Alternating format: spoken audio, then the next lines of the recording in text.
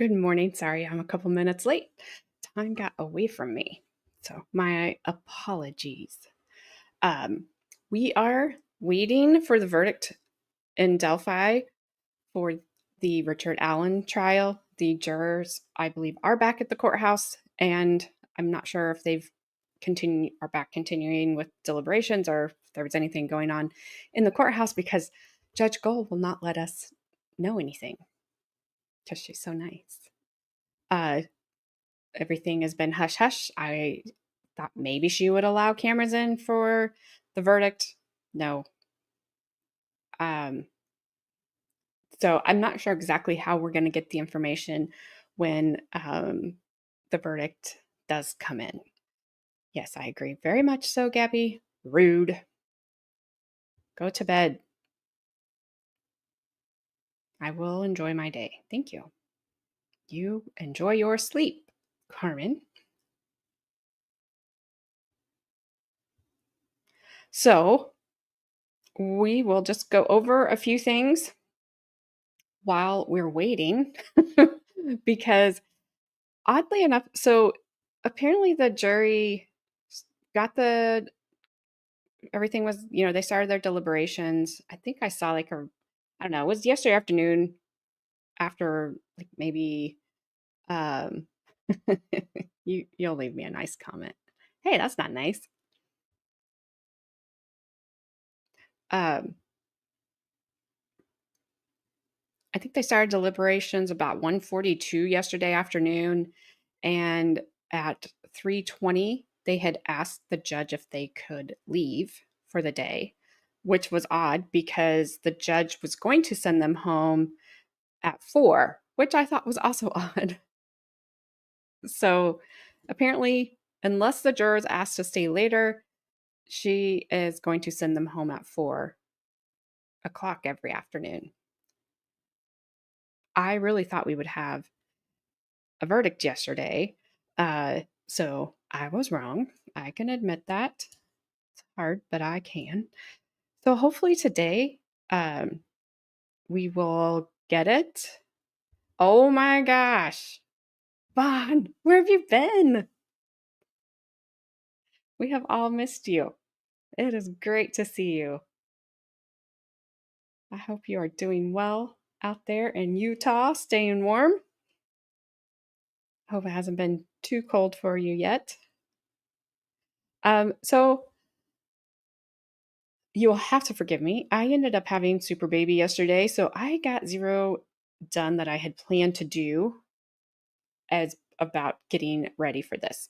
I do have some notes pulled up from it's a website called Based in Lafayette, and I think his name is Dave Bonner. He used to be a reporter, I believe. He has been there. Um, and he's done really good notes on each day of the trial. So I've been looking at those. Um, and so we'll go over those while we're waiting. Again, I'm not gonna like just sit here all day waiting and waiting because I have no idea when I have no idea like when we're even gonna know. So we'll just go over kind of what has happened for the defense. We'll go back over um, I think it was the coroner's testimony for the state um, that told what happened to the girls, which is not great. And so we'll do that. Bon, I hope you know that while I was away, I made a point to pop in for a quick like sometimes. Thank you so much, Bon. I appreciate that. And I do understand taking a break. This stuff it can bog you down. It really can. I wish this trial would have been that she would have allowed cameras in the courtroom. I kind of understand why she didn't because a lot of crap has gone on in there that is what do you youngins say, sus?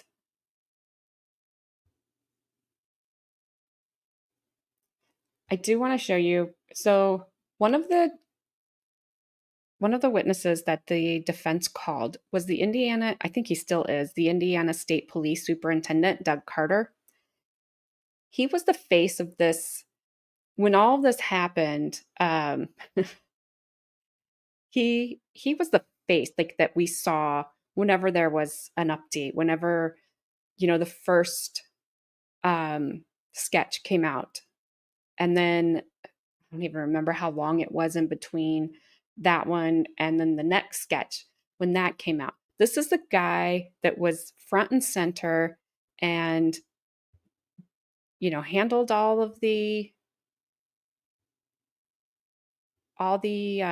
press conferences, things like that. So I'll just show you. So this is the guy. He was called to testify for the defense, and he is the guy that was responsible for telling the FBI to go away. I always just suspected it was the sheriff in Delphi. I was shocked when it was him. There was no reason given why. And he did say that he asked for the FBI to return everything back. According to Andrea Burkhart, the FBI doesn't have to do that. So there's no way of knowing if the FBI actually did return everything or if they just returned some of the things. Mo was saying the other day that this case is still open according to the FBI. So I would say they didn't give everything back. But that's the guy. That's Doug Carter. When they released the second sketch of the younger looking person, the younger looking guy, that he stood there and he said, I believe it was him, that the guy was either watching or maybe in that room at that time that they were giving that press conference with the new sketch. And I thought about that, and I thought if Richard Allen was standing in that room, he had a long goatee that's not in the original sketch. He worked at CVS. He was he was right there in the community all along. How in the world are you guys going to overlook him all the time? And then all of a sudden it's just him. If you're looking for two, then you're only looking for one. It doesn't make sense to me. Bon, I do. I do not think the state has proven that he did it. I think there's more than one. After just listening to Andrea Burkhart go over how the girls were found, their wounds, Abby was, all right, this is really hard to say with, let me put my banner up so I don't get in trouble.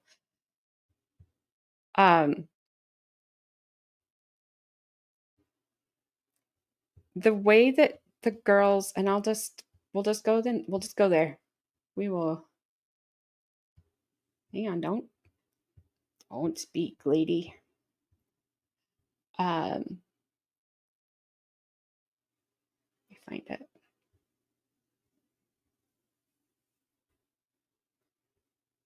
So we'll just go to their wounds and how they were found. And I don't know if this guy would get mad if I brought his article up. So I'm just going to read it because he did take a really good notes.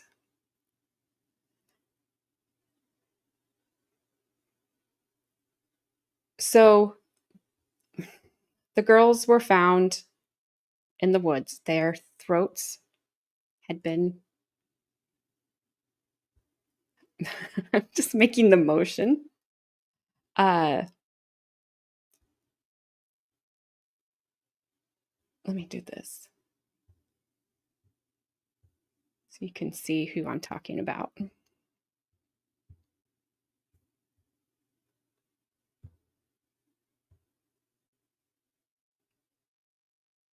So these are the victims.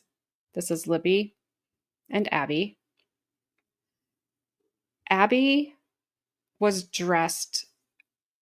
found with one cut on her neck. She was in Libby's clothes. Her hands were up in what some people would call like a guard. But she was clean. There was no blood on her hands. There was no blood on her body. She had that one wound. The blood pattern went up, so it was not flowing down. And there was, I believe, a pool of blood, but it was on the opposite side of where the cut was. And they said that she had not been moved. Libby, on the other hand, I know I said I wouldn't do this.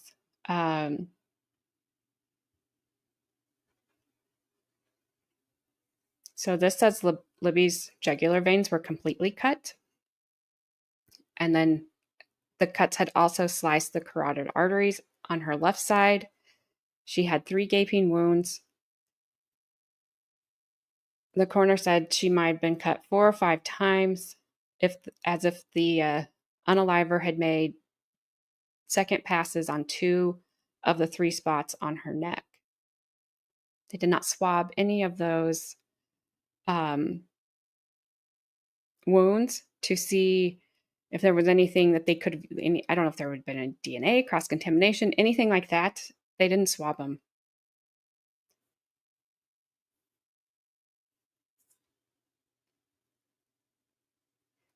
But Libby's hands were bloody. They were covered in blood, as if she had, put her hands up to her throat. She did not pass away at the spot where her wounds happened. There was a mark on a tree that I believe was hers. She had moved. She had walked, then possibly sat down because there was another area of blood, and then she was moved over by Abby, and they were kind of posed. Some people think they were posed. There's no drag marks moving Libby from one area of blood to where she was found. Libby was a bigger girl. I think she was 5'4", 200 pounds. Richard Allen is about 5'4", 5'5" in there. And he's a bigger guy, but not muscular. I just don't think you can move literal unalived weight over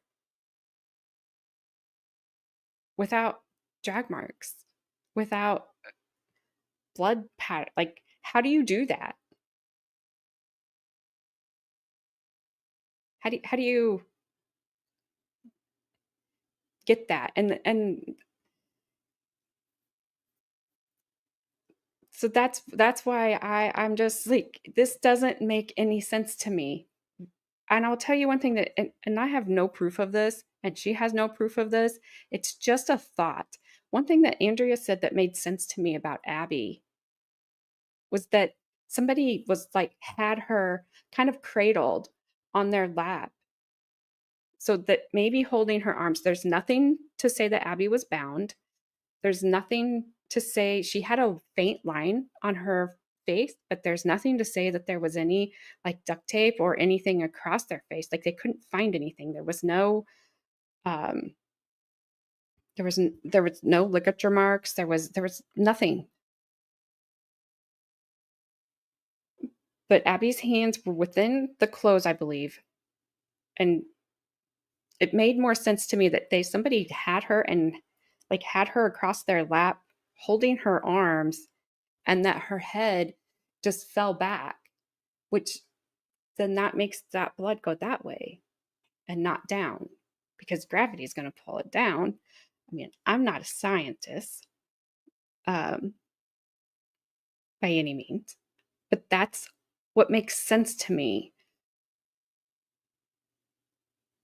But the amount of apparently, obviously, we didn't see these, and I don't want to see them, but the amount of blood that was there from Libby's wounds was a lot versus Abby's. They did not take the soil sample to see how far down it had soaked into the soil. So we don't know. But listening to somebody like I said, I've listened to Andrea, I've read this, been reading through some of this guy's stuff. It it doesn't soak in really well. So it yes, I think you should have checked the soil to see how far it did soak in, but she's just saying like it that's a wound that would bleed a lot and there wasn't enough in her opinion like to say that that's where Abby had passed away and it was on the wrong side.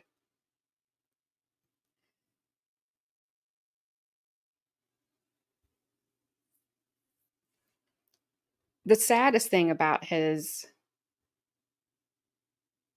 thing was that it said it took 5 to 10 minutes for them to pass away. That's awful. Also, Carmen was right. In the when they were doing sorry, I'm trying to really just be careful what I say here. I'm not going to show that anymore. There's words on there. Um there was a tear mixed in with Libby's blood. And that just is like super sad. It gives me chills every time. There was um there was a SA kit administered to both the girls. There was no signs of an SA, which is good, or he just didn't see trauma from it. There was no signs of defensive wounds. And I'm just, how does one guy do that to both girls and there's no defensive wounds on either one of them? There's no, I, I can't remember. One of the girls really chewed their nails, so there wasn't anything to get under their nails. Like, there was nothing to scrape from underneath their nails. But they didn't get a hold of the guy, they or guys. Um, they did not. They did not slice the trachea, I believe is the right word. So the girls could have. They could have screamed. That it wasn't so that they cut their voice box, anything like that. Again, I'm not a doctor, and I'm trying to be really, really careful. Um, so they could have screamed, and there were people close by.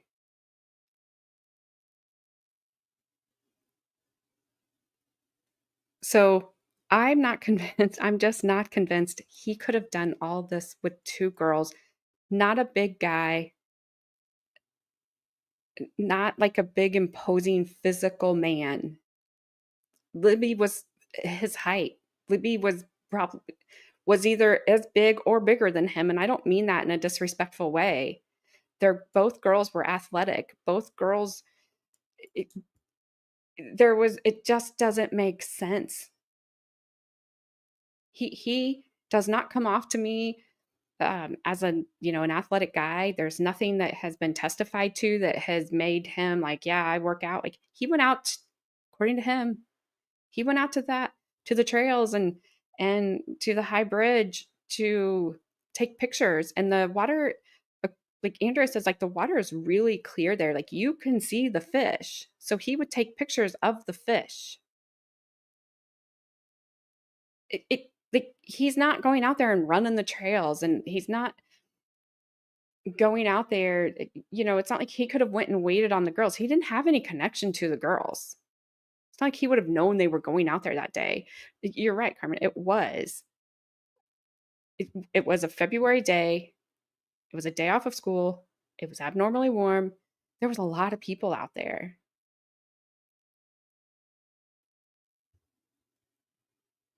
It doesn't make sense that nobody heard anything. And I was reading something according to the state's closing argument, that would have gave him 7 minutes. 7 minutes to their theory is he wanted to essay both girls, couldn't, got scared, so he unalived him. That's a big escalation rapidly for somebody that has zero, like, there's no criminal history here with this guy. There's nothing. And I get everybody has their first, like every um, breakfast cereal on a liver has their first, and it's never clean. It's sloppy. They learn, they evolve. It gets worse, or the crimes typically get worse, like in our eyes, but they get better at it. First time, sorry, hit my mic, and leaves no DNA, nothing, nothing. He'd have to be like the world's best breakfast cereal on a liver to do that and stay under the radar for 5.5 years in plain sight. And yeah, why would you pick 2 for your first victims? Like,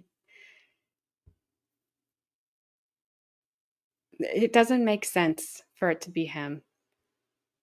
It just does not make sense. All of the state's witnesses that were out at the trail that day, when they got up on the stand and they talked about being at the trail and passing this guy, like there was 4 girls, 4 high school aged girls, also out at the trail that day. They're out taking pictures. They talk about passing this guy. None of them, when you read their descriptions of him, which this is not uncommon, so it didn't surprise me, but none of them, they don't match. Some have him in all black. Some have him in like a windbreaker jacket, not a Carhartt coat. Believe me, there is a difference. I know not everybody knows what a Carhartt is, but I think most of you probably do. It's a thick jacket. In just the picture of the quote unquote bridge guy, you can see the Carhartt coat. It's a heavier jacket than a windbreaker. They said, they said hi. He just didn't want to talk. Well, when you hear Richard Allen's, like his life, he's not an extrovert. He's like, he likes his wife. He likes his family. He doesn't just, I don't think he probably just says hello to just anybody walking by him. I did not get that from listening to, how he grew up and how he interacted. He was a hard worker. He would do really good job at his jobs, and then they would promote him and he would get overwhelmed with the responsibility of being having this new responsibility given to him. He didn't like it. He couldn't take it. So, it's like, it makes sense to me if they did pass him that he wouldn't say hi. But the state never one time said to anyone on the stand, do you see the man you passed on the trail in the courtroom today?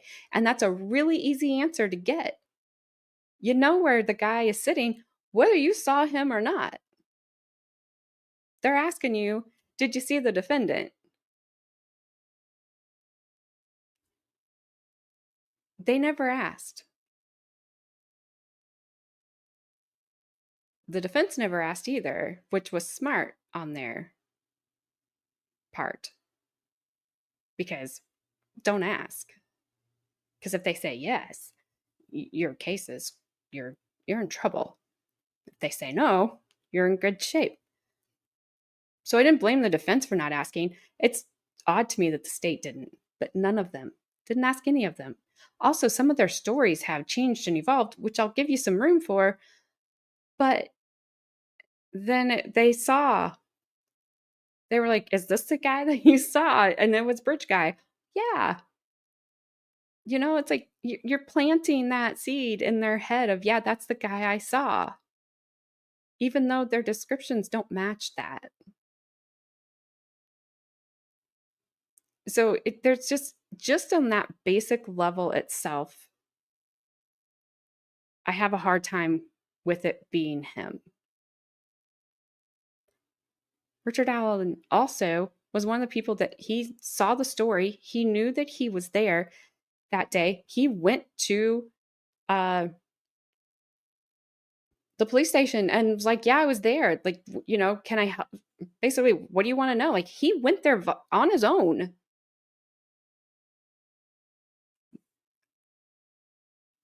And they didn't think anything about him. He said whatever he said, and then he was on his way just like every other witness was, until he wasn't. And then it's just it doesn't make sense on how they got to until he wasn't. And there's, hey, Flash fan. It just doesn't make sense to me. So the state, when they've had up the autopsy photos, they did not turn the TV monitor away from the gallery. So the family saw the photos. They, he can't react. There's no reaction that he can have, because if he cries, oh, look, there's remorse. If he doesn't cry, oh, look how unremorseful he is. There's no reaction. That's a good one. Oopsies. Absolutely. Way too many unanswered questions here. Good morning, Adair. You got a cold. You know what? Every person I know that has traveled on an airplane, whether within the country or out of country, has all come back sick. Dang. It's airplanes. So Carmen, I don't think she did. Yeah, it's so also with the crime scene, the DNA, the crime scene woman, she said there was 2 female hairs there that they did not test. So they couldn't rule them in to be like familial or out. And maybe they were connected. My hair, I leave my hair everywhere. Like, you should see the bathroom when I get done drying my hair. I have to clean up my hair all the time. It would be really hard probably for my husband to walk out of this house and not have a strand of my hair on him somewhere. It falls out all the time. So even if they didn't think that there was a female perpetrator responsible for this, which I'm not saying it's out of the question, it probably wasn't, but where they could have been involved, they didn't test them. Maybe it would have linked them to the people that were involved, but they didn't test them. It's like, we just weren't looking that way. It's just like, whatever. And also one of the state's eyewitnesses, she changed her testimony to say that, sorry. Yes, I'm just marking my territory.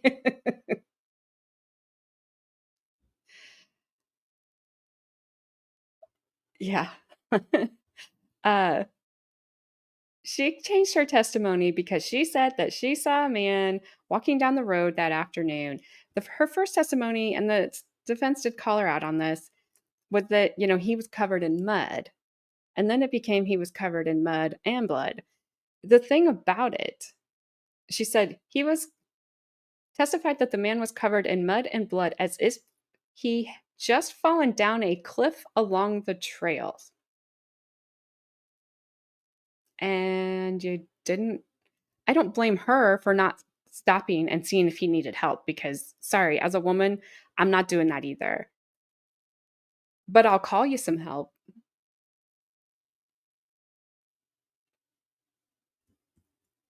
And no, just kept driving. But then her testimony changed to more blood than mud.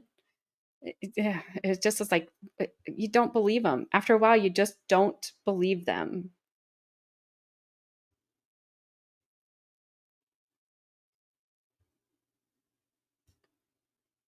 Sorry, I'm trying to look at this to make sure that I don't miss anything. Also, there's several of the police interviews that were done early on in the investigation that are gone. They're missing. They apparently were recorded over. Something happened. They're not around anymore. And they didn't make a list of who they talked to. I think they have one now. I think they found one. But they didn't make a list of the people that they talked to.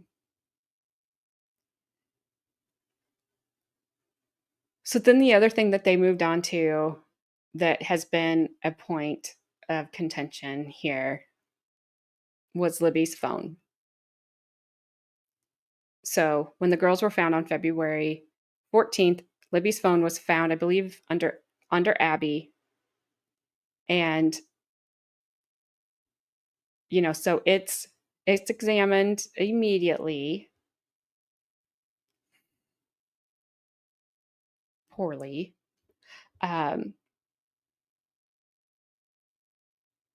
So it says at 1:44 p.m. a picture was posted to Snapchat. At 1:43:59, another picture was posted to Snapchat. At 2:05, another picture was posted to Snapchat of the Monon High Bridge. At 2:07 was the last time the phone was unlocked. At 2:13, which for all you numerology people out there, and I know I've got some, the girls went hiking and missing on 2:13, and the last video was at 2:13. So for all you numerology people out there you go. That video was the one that lasted 43 seconds. It's recording Abby walking across the bridge with someone behind her.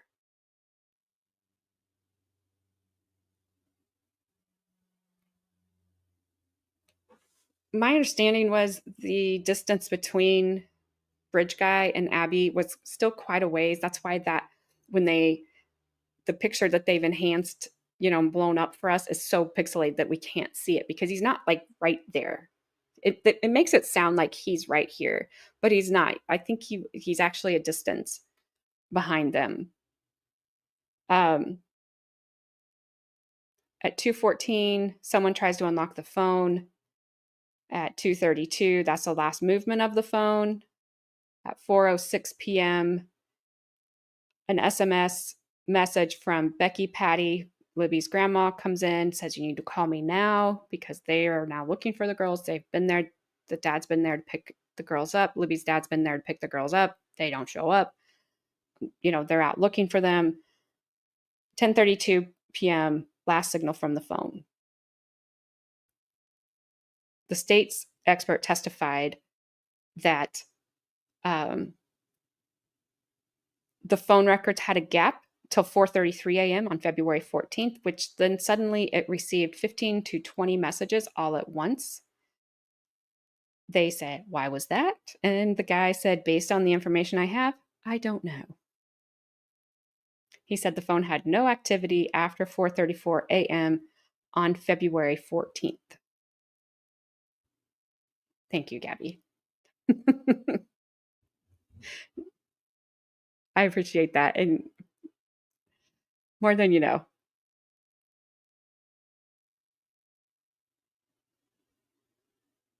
I drove a truck through Delphi all the time from Fort Wayne to Remington on a shortcut. Well, I'm glad you weren't there that day, dear. I would not want to meet you that way. Thanks, Carmen. These guys got my panic before stream today, so I thank you so much. So again, then the attorneys for the defense have been trying to get this Odinism theory of a third party culprit into this trial. The judge keeps blocking it and blocking it. So they bring it up. She doesn't rule on it on this day, which this was day 5 of the trial, so the state's trial. So she doesn't rule on it. The Odinistic theory comes in because where the girls were moved and posed, there were sticks placed on them, and not as in to conceal them, because they weren't concealed. There's lots of things out there to conceal the girls. There was leaves.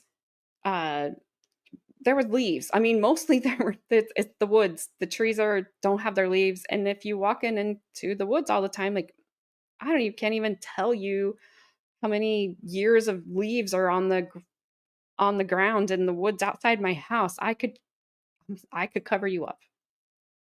I'm not going to, but I could. So it didn't make any sense that they weren't, if you're trying to conceal them, you could have concealed them. They weren't. The sticks were placed in a very specific way. And it was weird. When Mo was on the other day, she said some of the branches were cut. So that's even more weird, because why would you have cut branches just laying around? Like, oh, look at this perfectly cut branch over here in the woods that I just found. No. But the judge said no. And some of these people that the defense was trying to bring in with this Odinism thing had made statements to the police that were really odd.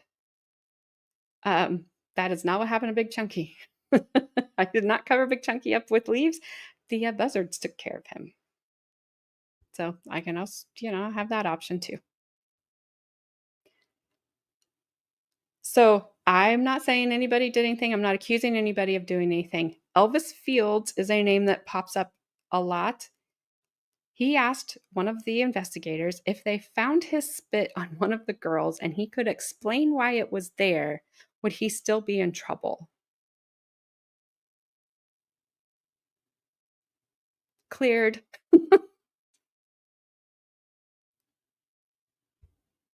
No problem.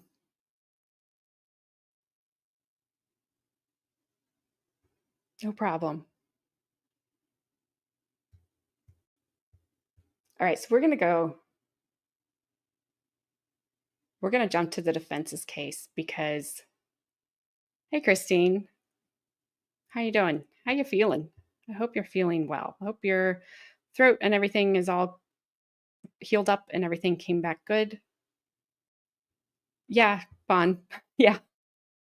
Also, there were pictures of not of the crime scene, but that looked like the crime scene posted on one of their social medias. I think that was taken down. There's a lot. Hey, Chris Mullen, I haven't seen you in a long time. Are you talking about Elvis Fields confessing? Oh, a dare. That's the question. That's the question. What is the evidence of his guilt? The state didn't bring any. The state's witnesses didn't say, yep, that's Bridge Guy. The state's DNA, criminal, whatever crime scene investigators did not say his DNA is there. In fact, they said his DNA is not there. I have the Frank's motion. I've not made it all the way through it yet. So if if you say that he did, Chris, I believe you because I've not made it through. Um, and I believe there was a lot of statements from this guy.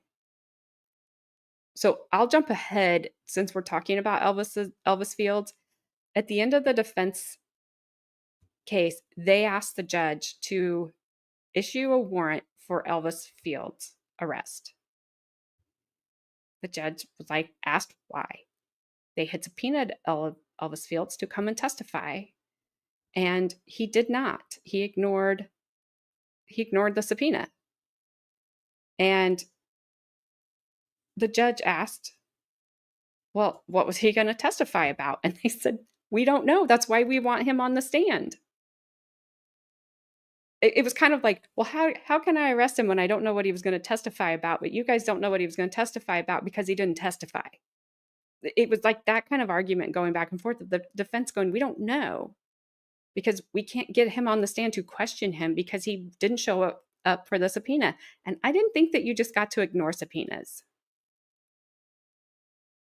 Elvis Field apparently gets to ignore subpoenas.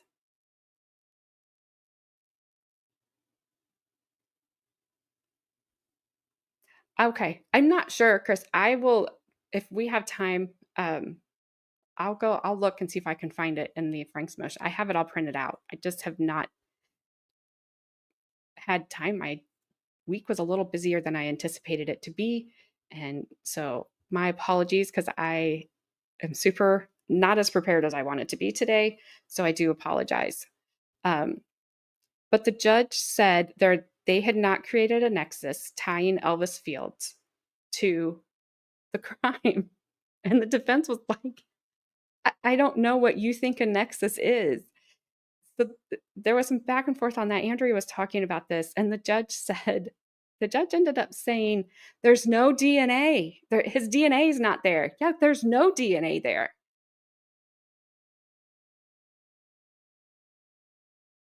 If you can't bring a guy that said, if my spit is found on one of their bodies, but I can explain why it's there, will I be in trouble because his DNA is not there? Why is the guy sitting over there at the defense table sitting there where his DNA is not there?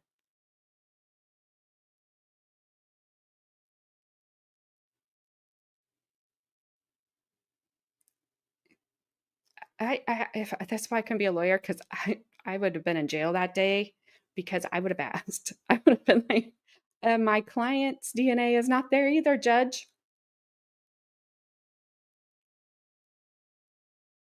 There's no DNA. Period. They didn't find any.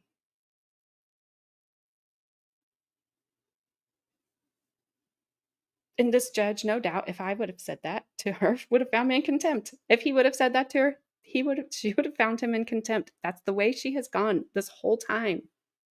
I'm glad the defense wrapped up when they did, because the way that listening to Andrea give her recaps every day, she was just waiting for a problem to come up to be like, the courtroom's cleared. There's only going to be credentialed media and the state, because and the family and the defense. That's it. That's going to all be allowed in here. Because she was talking about every day, the rules would change every day for them.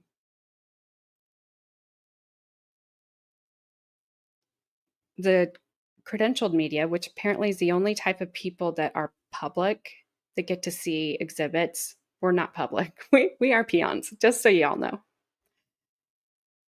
They took up the seats behind the state.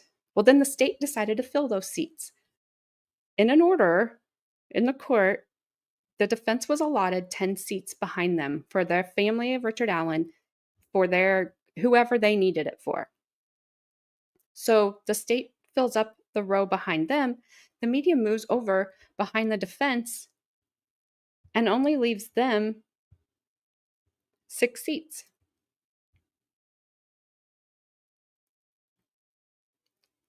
one of their investigators, I think, had to go sit in the hallway because there wasn't room for them. I don't know if it was addressed with the judge and she just didn't do anything about it, because I can see that. Or I can see the defense being like, we're almost done. Let's just let it go. I can see that too. But still, that's the kind of crap that's been happening. So they started out with having 24 seats for the public in there. Then it was like 16, and then it might be 18. She's like, you never know when you come, like get in line every day, how many of you are going to be let in. And then also, do you have to reline up? Because that was kind of a new rule that she put in. And then it was like you had to like reline up after breaks. It was just ridiculous. She was so ridiculous.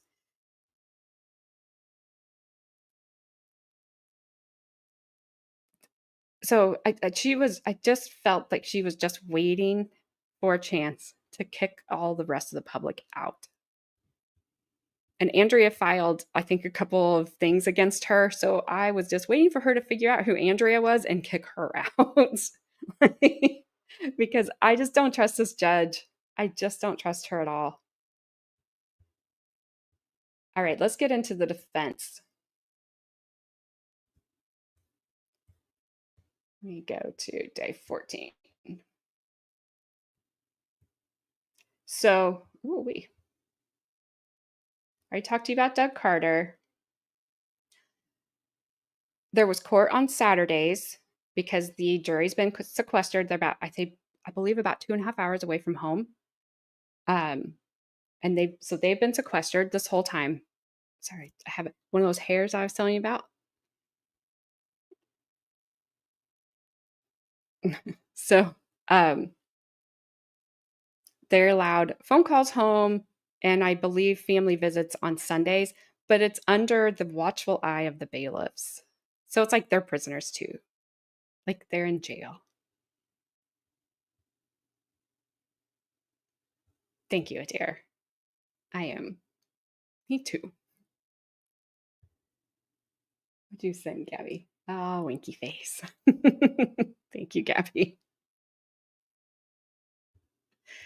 Um, so we do half days on Saturday, and the defense wanted to show some videos to the court of Richard Allen when he was in custody, or to the jury, sorry, when he was in custody in solitary confinement. That's been a huge point of contention here because he needed to go for safekeeping. And I'm on the fence about this because this was such a huge thing in Indiana. I mean, people just were like, it got to be the point of like, oh my gosh, it's going to be another one of those things that's not solved. And,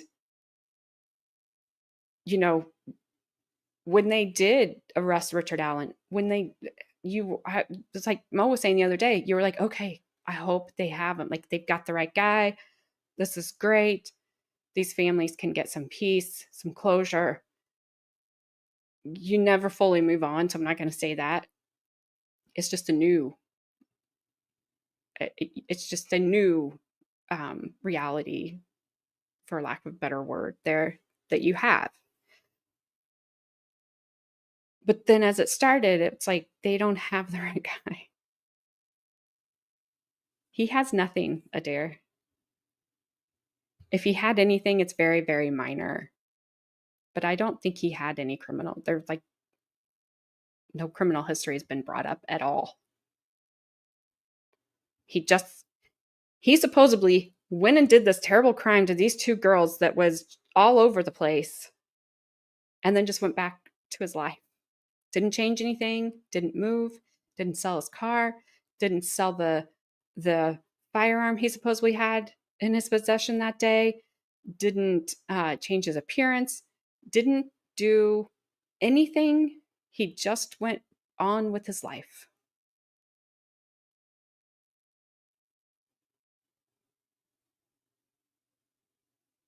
And never did anything else.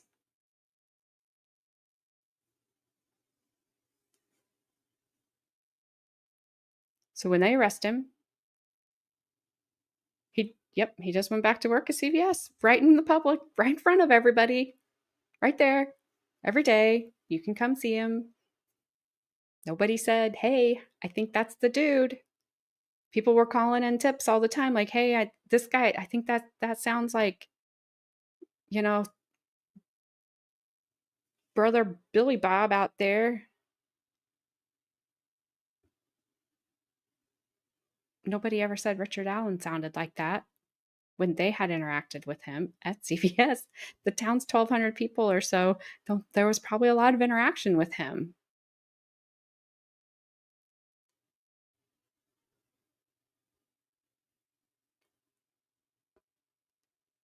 So he's arrested. He never confesses. He tells the officer, detective, investigator, whatever his title is, um, I didn't do that. No, they didn't pull his name out of any just nowhere. He had went because he was on the trail that day. He went when he found out what happened. He went to the police station voluntarily and said, like, I was there. They filed his name not under Allen, but the road that he lived on. So somebody wrote his name down wrong. And then when they were going back through the files, they're like, oh, looky here. He never changed his story. Even when they went to talk to him again, never changed his story. He was on the trail that day. He did not see two girls. He saw three. The young girls there was four there. But I'll give him that maybe he just didn't remember the fourth girl. But he did not see two. He's always said he saw three girls. And he did not have his firearm with him that day because he only carried his firearm when he was fishing or mushroom hunting. Neither thing was taking place that day. He did, and the other thing that he didn't do in that 5.5 years was get rid of his blue Carhartt coat. He did have a blue Carhartt coat. He was trying to remember, what he had on that day. You tell me what you wore 5.5 years ago on a specific day.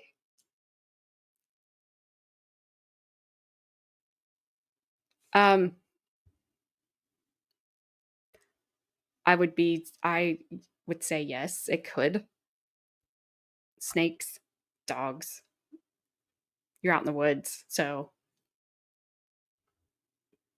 it probably more than not people would carry one around here, I would say.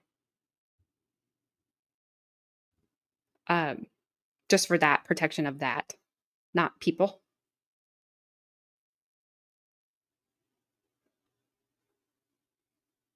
Yeah, I know. You're thinking people.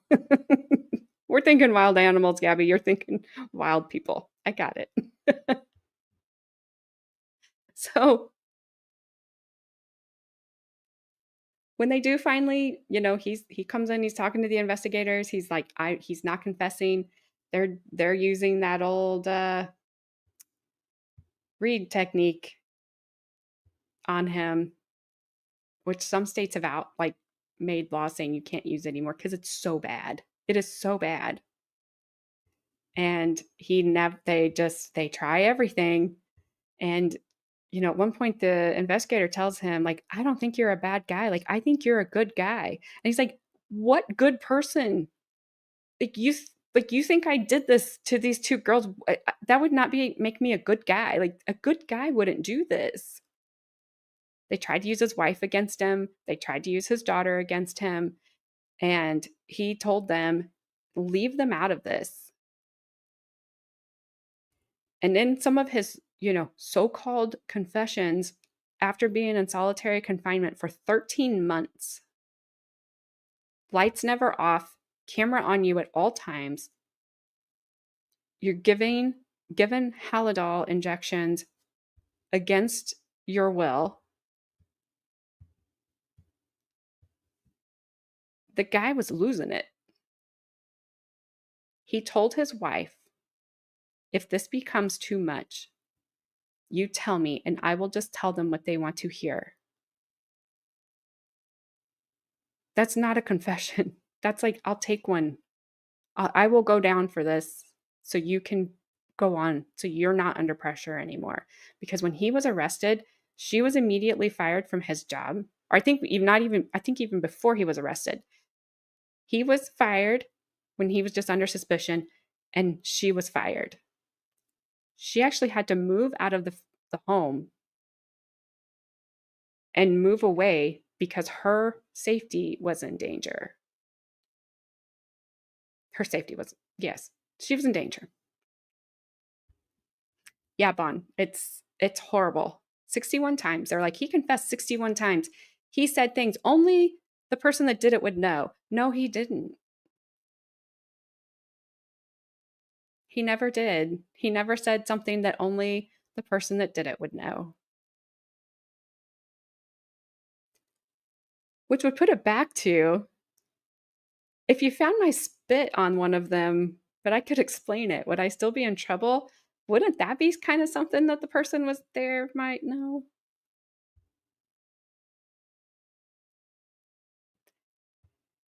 Yes. So he was put in a max security prison for safekeeping. The state never came to check on him. Prosecutor, like, nobody ever came to check on him from the state at all. No police, no prosecutors, nobody came. Every 30 days, a convicted person who's generally put into solitary confinement because they did something wrong to get put in there, well, they have to be reevaluated every 30 days. They said they weren't sure if that applied to him because he was there for safekeeping. I'm like, is there nobody you could have asked in 13 months?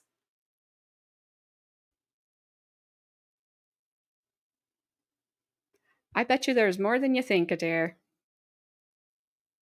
I will grant it. I will give you that it's probably less than Black people for sure. But I bet you it's more than you think.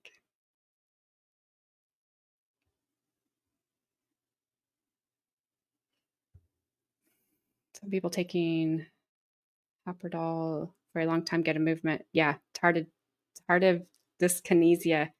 It does. It's and um, you're right, Adair. It's the movement in your mouth. You can't control it, and there are some medications that give you that. I believe if Haprodol gives you that, it's permanent, is what Andrea was saying. I'm not a doctor, so I have no idea. I have no experience with it. But yeah, it's that. I think it can cause your eyes to bulge out of your head.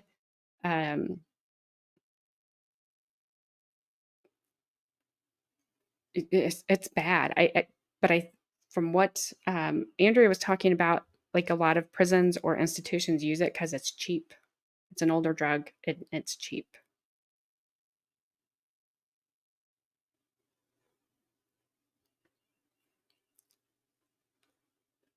Even if he is by some chance guilty, that kind of mishandling is definitely ground for a misconduct case and a retrial if he can get it. If he can get it. The whole thing was botched. So he's put in to solitary confinement. They film him. There's a camera on him at all times. So if they take him out of the cell, there is a camera recording his transport to wherever he's going.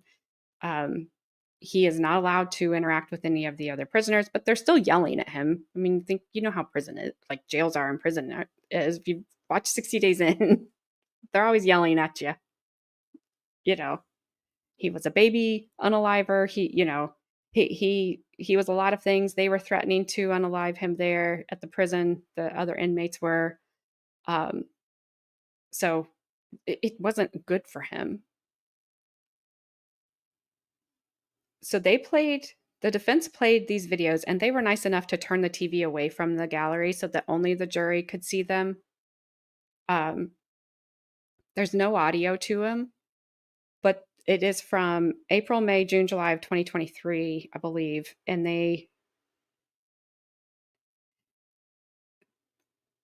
there was hundreds of hours of video. Obviously, he was there for a long time. But it showed him in his cell, and then when he would be transported somewhere. My understanding, like, you see the decline of him happening. You know, he's saying he's sorry to the families of Abby and Libby. He is saying, I did it. He's taking all his clothes off, and I can't remember what song he's singing while he's walking around his cell, pleasuring himself naked. There's a lot of stuff going on that's not right. There's a lot of stuff happening. He didn't sleep for 9 days. That in itself is going to have a lot of bad effects on a human being. There's just, he lost weight. He wasn't eating. He was, at one point in time, he smeared his feces all over the place. He was eating his feces. Like, the jury was having reactions watching these videos, and it wasn't good for the state. They were, Andrea was describing them like looking at the video, looking at the state. If she read the jury right at all, I think they'll acquit him. But you never can read a jury. Like, you just never know. So they watched all that on Saturday. His wife did not come to court that day. I don't blame her. I wouldn't want to see my husband in that situation. I wouldn't want to see anybody I knew and cared about in that, like that. I'm sure it would be embarrassing for him. And I'm sure it was hard for the jury to watch.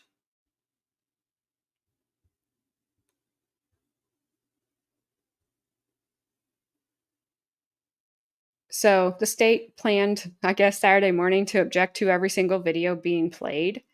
And so he just basically had what I would call a running objection. I think they called it a cumulative objection every time. But she actually allowed the videos to be played, which I am shocked,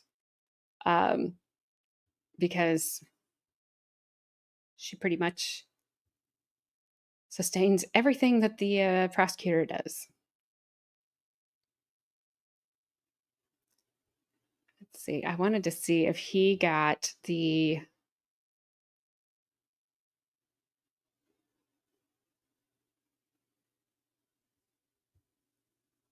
if he got the state cross-examining Max Baker, who was the guy that put the videos together. He didn't like cut them, but they were sped up at times because there was so much. But everything was there. Because there was one time that McLeland asked him about something about showing the videos, and he basically said to this prosecutor, "Well, you didn't show him. Like, you could have shown him. You didn't."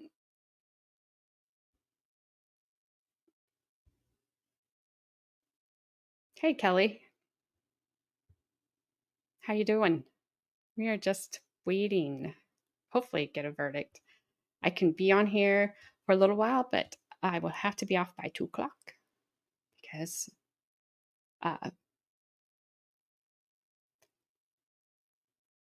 little super baby is having her first overnight visit with grandma tonight. So wish us luck. I also wish my daughter-in-law luck. She's already called me today. She's already crying. I told her just go enjoy herself. This is their 1-year anniversary, just the wedding anniversary. She's like, we've been together for 8 years. I'm like, I know. You don't have to explain it. It's fine. So, like, who cares? Yeah. We'll see how much sleep I've had by tomorrow. She's doing great, Vaughn. She is great. But yes, wish me luck and Bree luck. So let's see. We got Doug Carter. All right, I want to get to the digital analyst that the defense put on. So, no, I thought you were sleeping. Sunday is their Sunday. The 9th is their 1 year anniversary. Carmen, who should be asleep. So, a former FBI digital analyst testified that an examination of Libby's phone found under her friend Abby in the woods indicated that somebody had plugged in a headphone jack or an auxiliary cord into Libby's phone, which obviously,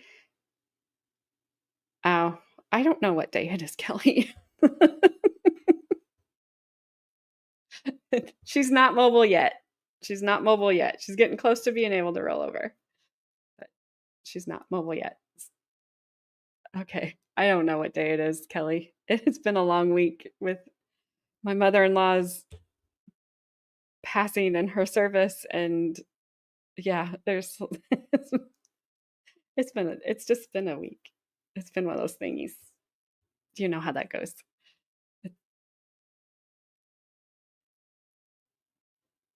Wait, why today? Why would I don't know what today would be other than Friday. Carmen, I don't know whose birthday. It has to be somebody's birthday. It has to be one of her, like an ex's birthday or something. Anyway, so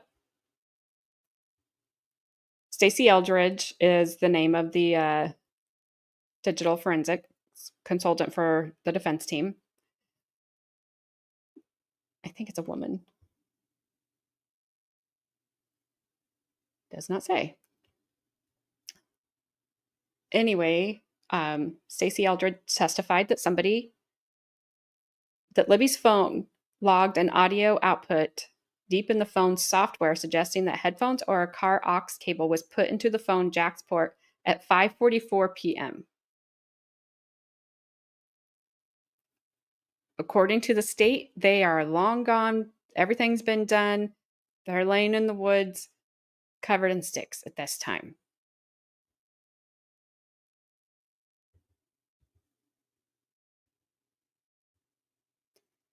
Eldridge testified that a phone jack was inserted into Libby's phone, and it says, quote unquote, milliseconds after a phone call came through. All right, a move she said would have silenced the phone. She testified that the iPhone's extraction indicated that someone removed the head jack at 10:33 p.m. that night.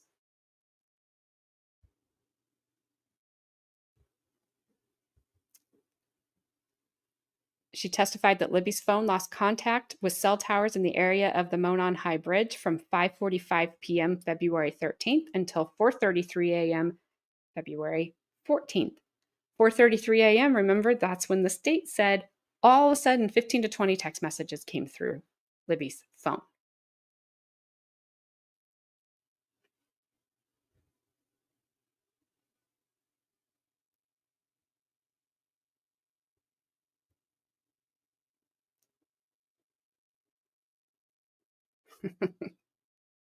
According to the state's account, Libby took that final video on the phone, capturing the image of, bridge guy at 2:13 p.m. Also, we've never seen the video that they keep talking about. All that was released to us here in Indiana, and maybe I don't know if it was nationwide, was this pixelated man who kind of took a step, like it was like a weird, here's how he would kind of move, but you're showing me like a half a step. Whoever is in the video that Libby took, when you hear first we got down the hill, and then they were like so nice to us and thought we would just break the case wide open when they added guys down the hill. A few years later, when they put the second sketch out, I have no idea. That guy you can kind of see in frame, his face, he doesn't, his lips don't move, like he's not saying it. So it can't be, if he's bridge guy, if Richard Allen's bridge guy, he's a ventriloquist too, because they say that the mouth of that person doesn't move. I don't think it's a clear video. Um, Obviously, but the state always made it, the police always gave us the feeling that Libby took video, like Libby had you on video, like she had the person on video or persons, and that there may be video of the crime happening itself, or audio or something. And they just always like gave, at least me, they always just gave me that feeling they're just not giving it all to us, which I understood completely. You've got to hold stuff close to the chest because you need something that only the person there would say, like, would know. And that's all there was. Like there isn't anything else except for the state claims that you hear, I think Abby say, I have to edit this to make it YouTube friendly, that be a firearm, except she used the 3-letter word. But that's not clear at all, according to Andrea Burkhart. Like, you cannot understand what she is saying. You cannot, even in the enhanced audio, understand what she is saying. And then there is like possibly a sound of a firearm racking. But even then, if you're going to tie it back to Richard Allen, and that's when it racked back, that unspent cartridge that they found between the girls would have been up by the bridge, because his firearm would have discharged that. Like, it would have ejected it out there. It would have been up there at the bridge, not down the hill. So that doesn't make sense. The magic bullet doesn't make sense to me at all. Was there a time difference for the girls unaliving? Though they were unalived at the same time, depending on if there was one or two people, but shortly, one than the other. It wasn't like one was, at least as far as we know, that one was hurt and the other kept alive later. But as a lot of people will tell you, determining a time of death is not like on TV where they're like, they ate steak at 6:04 and didn't digest it, so they passed away at 6:10. They can't do that. And they did not do they didn't do the liver temperature to see, even that way, I think can give you kind of a general idea. They didn't do that because if there was SA, they wanted to make sure that they didn't disturb any of that evidence. So they at least did that part right. And then there wasn't any evidence of that. Thank goodness. Yeah, I would think you would have to move your lips to say guys down the hill. And they were not pow-powed. That's correct. Which, if the state's theory is he got scared because he could not perform and then he heard somebody coming, wouldn't it make more sense just because I'm telling you, if I heard two shots ring out right now, I wouldn't think a thing about it. I hear them all the time. I live in the country.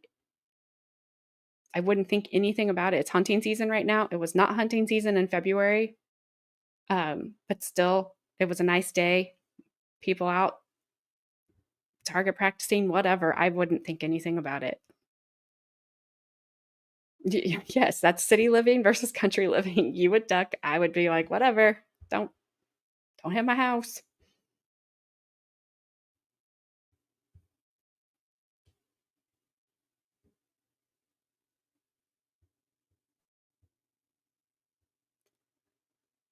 Let me see. So remember that first Sergeant Chris Cecil, the states guy that took the extraction of the phone, he said that his timeline does not line up with he said the phone. Let's see. Cecil had testified that the last signal from the phone was at 10:32 p.m. and he had a gap until 4:33 a.m.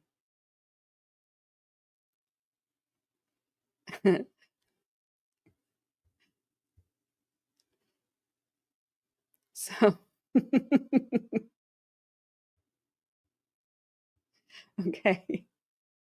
So they apparently recalled First Sergeant Cecil after that Stacey Eldridge was on the stand,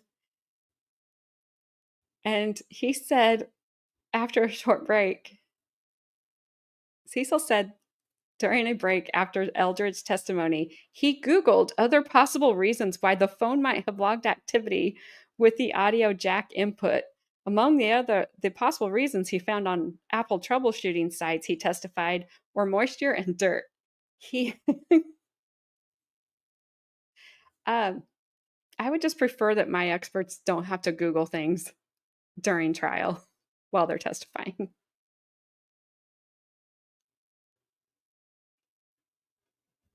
He Googled it, and he testified that he Googled it.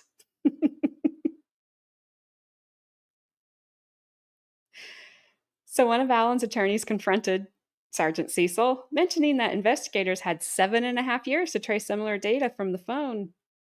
She said, and you're coming here after doing a Google search?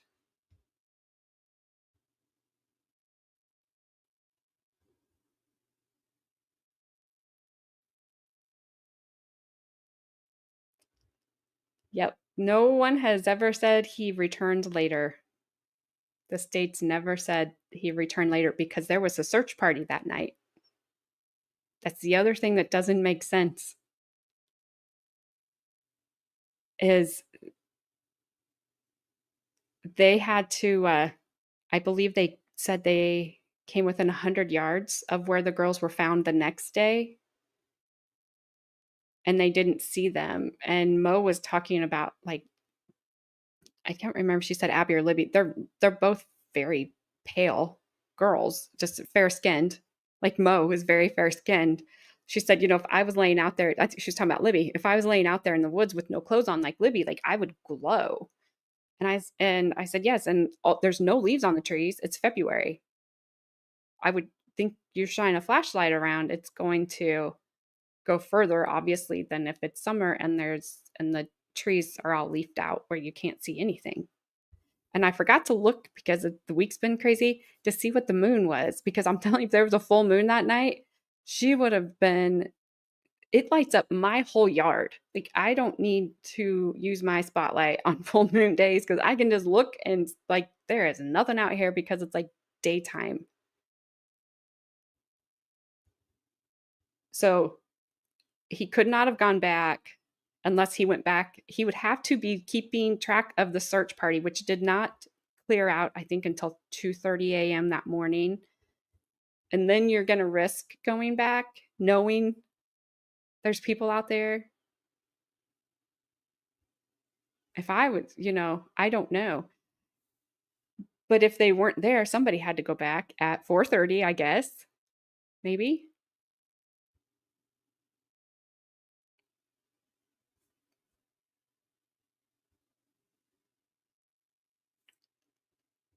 So Eldridge, who spent nearly 10 years with the FBI as a forensic digital examiner and digital evidence trainer, said she didn't have an explanation for how a head jack was inserted into the phone that doesn't involve human interaction.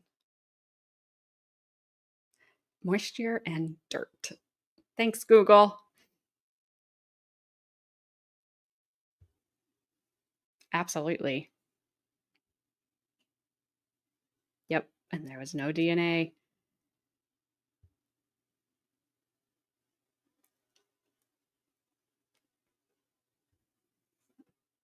Sorry, Carmen. I was trying to figure out why you sent that. Well, I can't. I'm just reading. Sorry. She doesn't. I know they did find dirt outside. In the leaves, nonetheless. Weird. Also, I mean, think about it. Like my phone is plugged in right now. I I would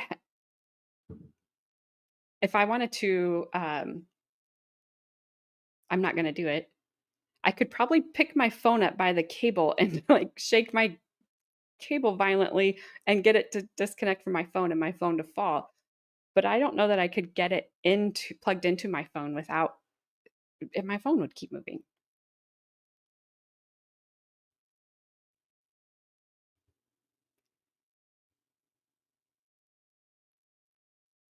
So the state asked Eldridge whether the iPhone would have registered movements if someone picked up the phone to insert the headphone jack. Oh my gosh.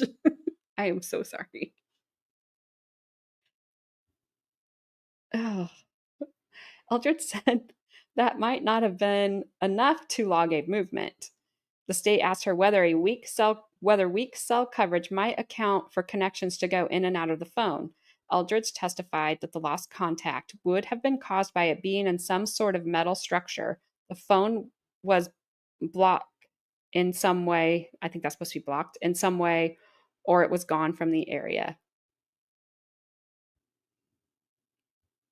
Thank you. Thanks, Gabby. I take a bow, but I'd probably hit my head.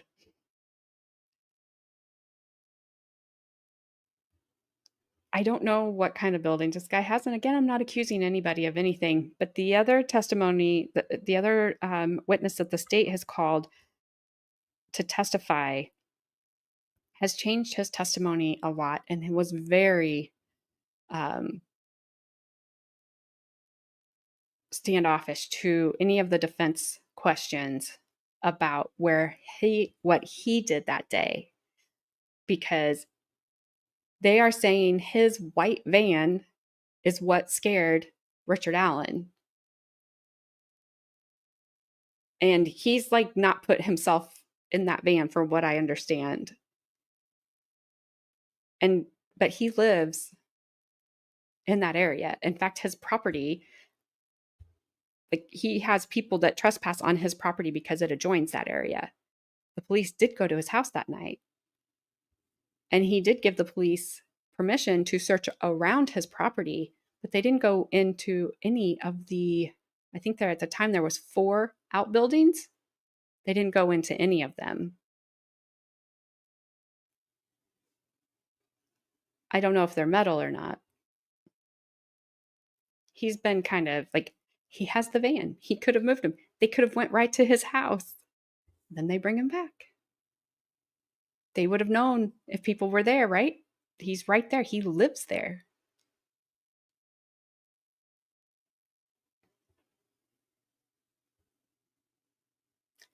The state asked Eldridge whether she had been to the crime scene and checked the topography. She said she hadn't. And the state asked whether getting into a car would have bumped the phone enough to log some movement.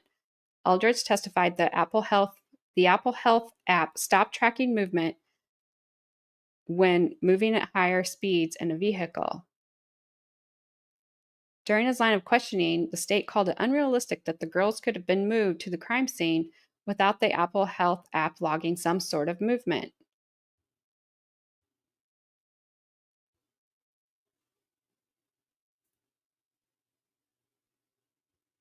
Oh, yeah, he confessed 61 times. He was also in having a psychotic break because of being in solitary confinement for 13 months and given prescription drugs he didn't consent to being given.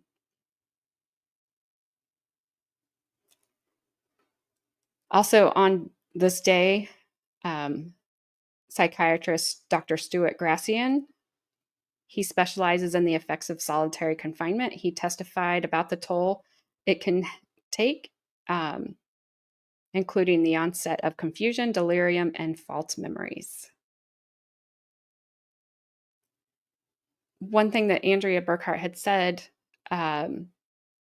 noting this psychiatrist's testimony, is anytime that the defense would try to get to talk about Richard Allen specifically, the state would object and the judge would sustain, and they were only allowed to talk in general. They weren't allowed to talk about Richard Allen and what was happening to him specifically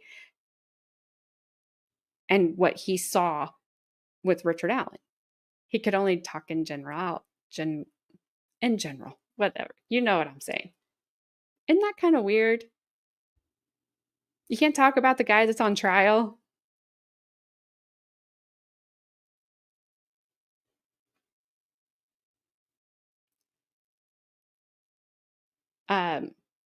Dave Bernhardt said, the defense has mounted an effort to undermine dozens of confessions Allen made in phone calls to his family and to various prison staff, saying solitary conditions in a segregated unit in Westville Correctional Facility led to a psychotic state. The videos, from what I understand, show that. Gracian testified that the conditions Allen were under in a safekeeping order issued shortly after his arrest in October 2022 were absolutely classic for the strain of living more than 15 days in solitary confinement. And I believe somewhere I have a note that 15 days is what the UN allows people to be kept in solitary confinement. We're at 30, and he spent 13 months.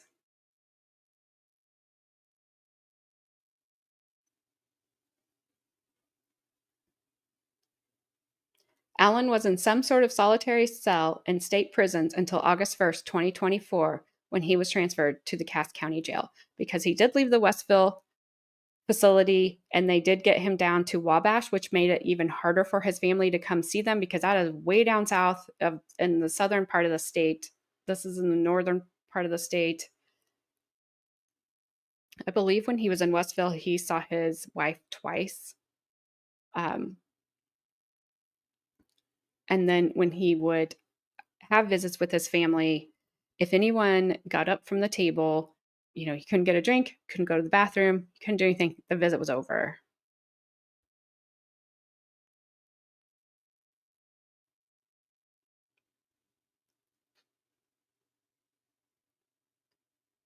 So obviously we can't hear the testimony because, we're not allowed. But Dave Bernhardt, I'm sorry if I'm saying his name wrong. He says the prosecution attempted to limit defense attorneys from getting Gracian to offer opinions about Allen's self-incriminated statements.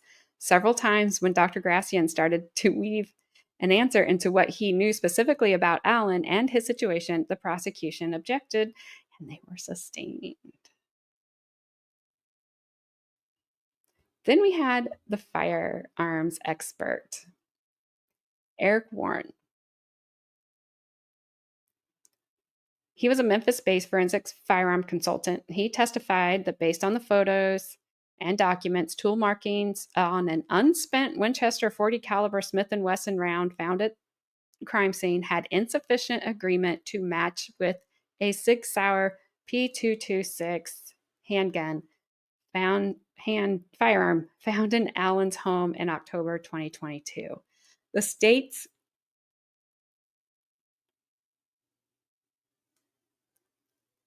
firearms analysts, they had to fire that through Richard Allen's firearm, I believe 3 times to get it to match the unspent round. I don't know how a fired cartridge and an unfired cartridge can match each other.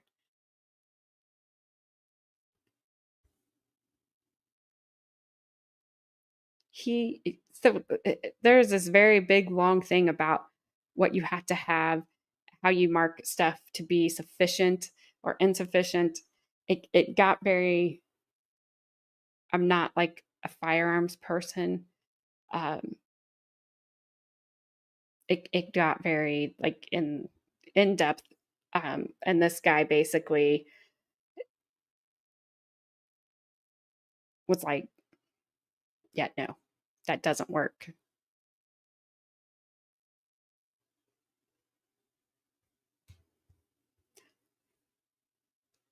Hey, Gabby, if you're still here, can you by any chance see if there's any updates at all on this? Also, one thing I forgot to mention to you guys, because I just saw it, the jury has been able to ask questions this entire trial. And they've asked some really good questions. And it's been really like there are some people that have knowledge on that jury of DNA. Obviously, where I live, I don't, but there were some people with the question. He doesn't list the questions, but the questions that were asked that have some knowledge about firearms.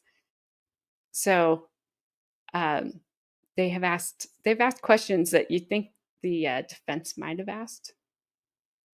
I mean, not the defense, the state might have asked.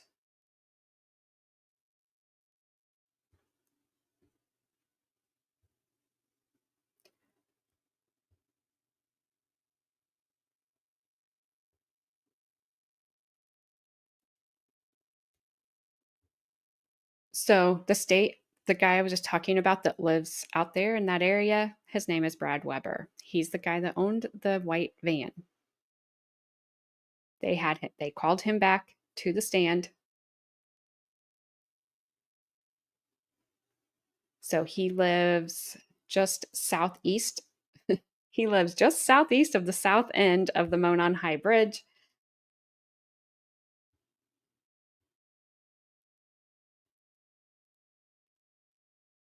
So he sorry, they're recapping.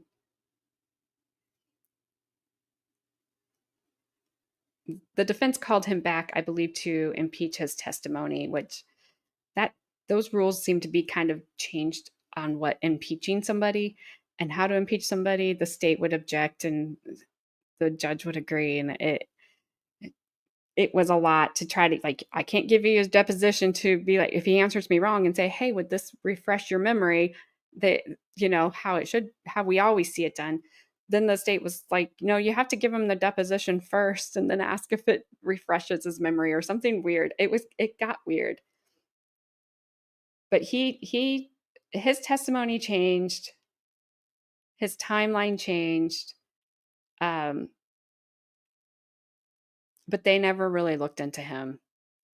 To me, it's like he lives right there. He has a 2040 Cono van.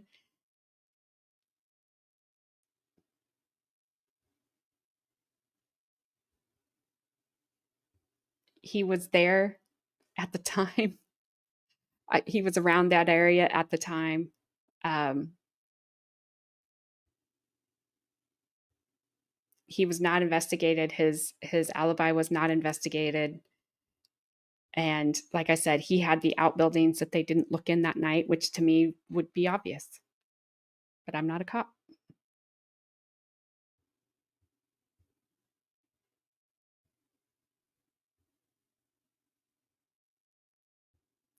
So I'm going to backtrack because I just saw the name and it reminded me. Dr. Walla was a state witness. She was the doctor at Westville Prison.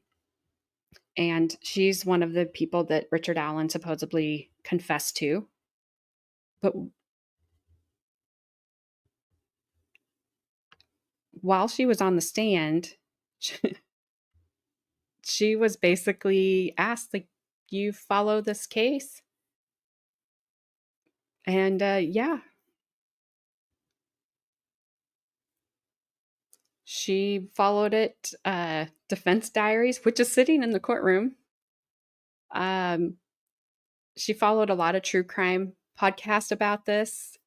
And I think she eventually lost her job because of how invested she was in this case. And that kind of opened the door. Did she give Richard Allen any information? The white van was supposed to be the thing that only the unaliver would know, but it wasn't.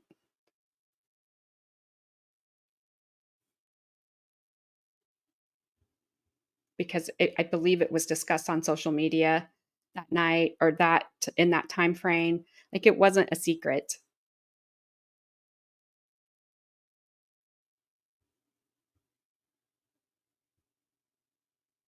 Hey, Nita, wow. Yep. Botching just perpetuates the victim's family's trauma and his family's trauma. They're going through this too. And, it's like, if he is found not guilty, I mean, he's never going to be the same. He's going to have to leave because there will always be people that think he's guilty. Although I will tell you, and I've told you guys this a lot, that the public opinion around here has really shifted. When he was first arrested, I mean, it was fire up the electric chair. I mean, it was guilty, guilty, guilty, guilty, guilty. And as things have happened, and we've watched this judge and this prosecutor try to do the things that they've done to these defense attorneys, getting them removed from the case, and other attorneys fighting to get them back on, and this, her getting ruled against and made she had to put them back on the case. She had to allow them back. And everything, every stop that she has put in front of them, every roadblock she's put in front of them, whether it's before they went to trial or just during this trial, it's obvious which side she's on.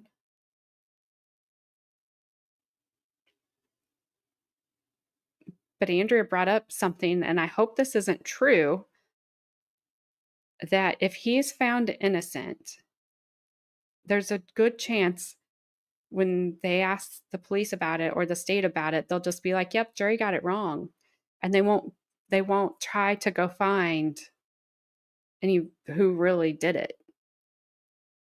They'll just be like, "Yeah, they just got it wrong." I hope not, but she also pointed out that they weren't real careful with the evidence, like that they did have. The I don't know I don't know what she was talking about in particular, but she was just talking about how nobody would change their gloves when handling, you know, this pen to my, and then handling my glasses case or what have you. So there's all this cross contamination going on of this evidence. Then,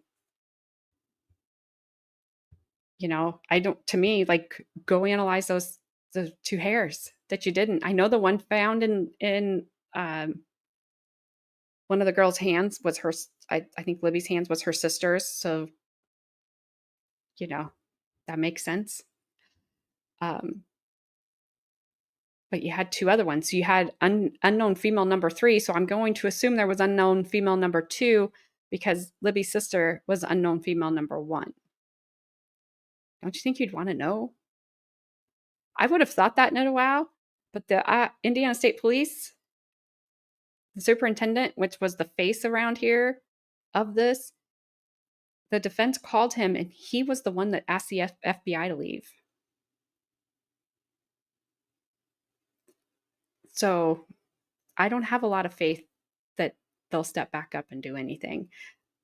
I honestly think if anybody's going to do anything, most of the FBI still has this as an open case. So that's where I think it's going to have to go. The jury is deliberating right now, but it's like I was talking to Gabby and Carmen about it. I said, I don't know, like I can't just put up a verdict watch because we are not allowed in the courtroom. And the people that are in the courtroom don't have any devices on them. She said at the beginning, if you leave the courtroom, you're not allowed back in. So I don't know how we're going to find out. I don't know. It's like somebody's going to have to leave, come out and say they have a verdict, and then we're all going to have to just sit and wait for whoever's in the courtroom to come out when they can and tell us. I hope so, but I'm kind of going, if they don't have anything against Richard Allen to say it was him, I it makes me wonder if they've said like you guys got the wrong guy. And when the defense called one of the witnesses up that I think they needed the FBI, it was an FBI agent they wanted to talk about, the FBI fought him, which could also mean two things. They don't want to show their hand, but to me, it's like, it's just one of those things, when the police start testifying for the defense and they lose their memory all of a sudden, it just felt like one of those things. They got the case yesterday, I think at like 1:42 p.m., only deliberated till 3:20, asked the judge if they could stop for the day. And then they came back shortly after 9 this morning, but I don't know if there was anything going on in the courtroom before they actually went back into deliberations. Is there a Delphi news station?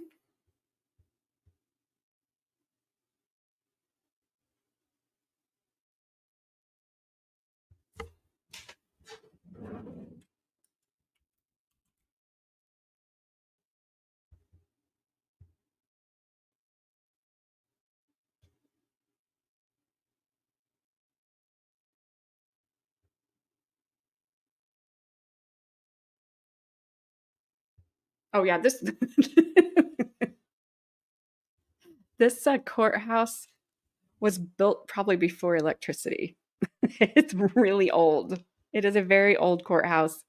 The seats in there are wooden and old wooden seats. Um,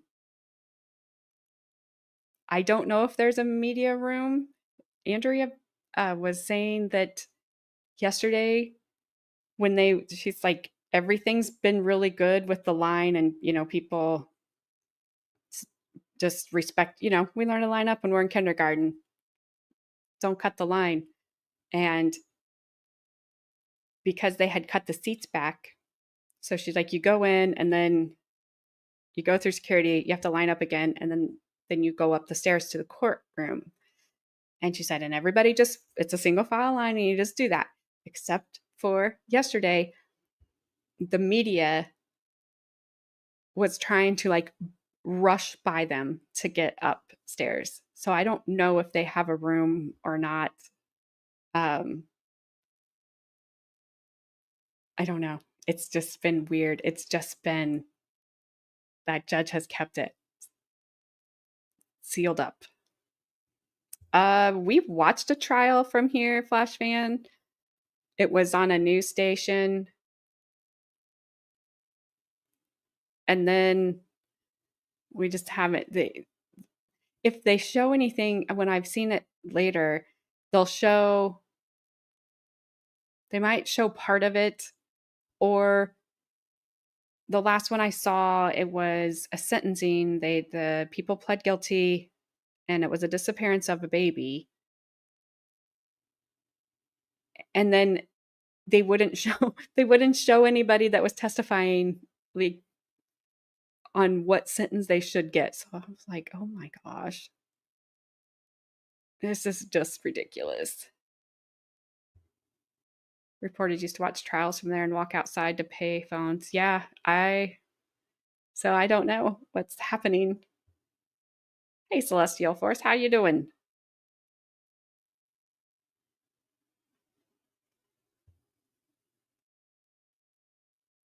I don't know what you're talking about, Carmen. Why are you not asleep? All right, so I'm looking up Indianapolis stations because they'll have it.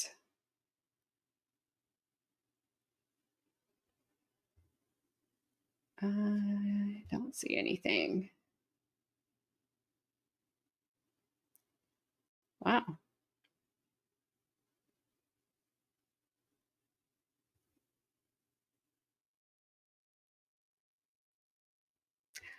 I don't know. I don't know. I don't know, Noel. I wish I had the answer because it makes me mad. I don't know. We're so like, we'll get it in about 50 years. when I'm not like when I'm not unalive, good Lord, when I've passed away and been gone, then Carmen can take over. Yes, Carmen. You wish trials were streamed in the 1960s? Yeah, that would have been interesting. The audio would have been horrible, Flash fan. They can't even get audio today. Also, uh, if any of you live in South Carolina, 43 monkeys escaped from a South Carolina medical lab, but the police say there's no serious danger.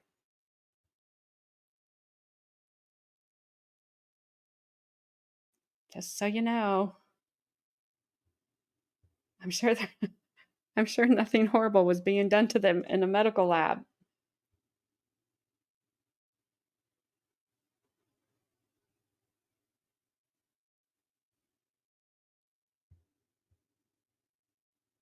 All right, there is no news updates.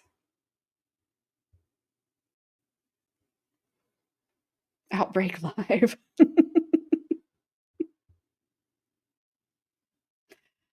Ah. I I had not heard about 43 monkeys escaping. Thank you, Flashman. I would prefer you don't have to watch a trial involving me either. But if I'm on trial, you have my permission. You stream it. You get it.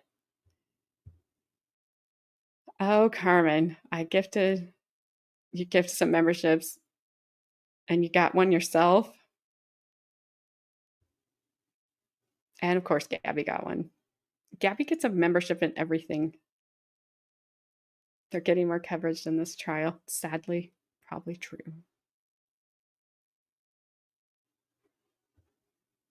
The med school at where I went to undergrad shared monkeys with the Air Force. I don't know if I want to know any more about that, Nidowow.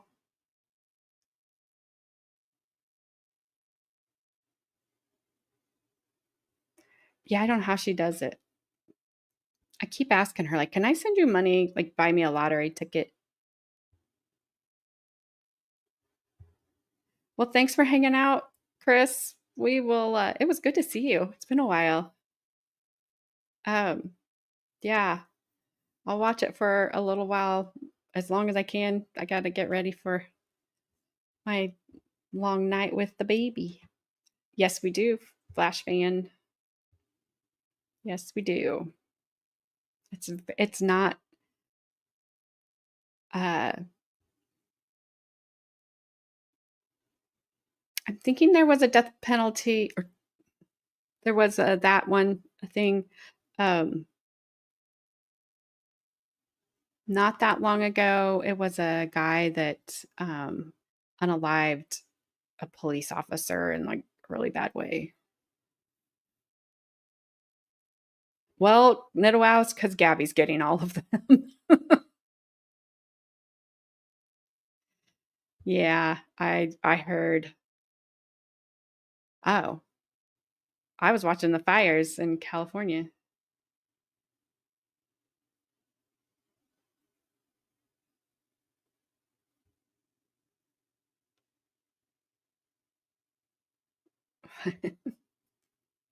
Does Indiana say, will Dolly pee you? Carmen, you're delirious. Go to sleep.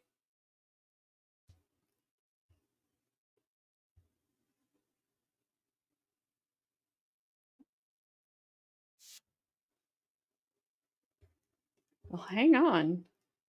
Sorry, bad pause, woman. Since we're waiting and don't have anything else to wait on.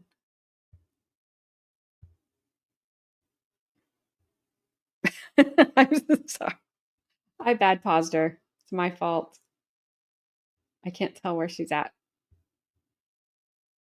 volume wise.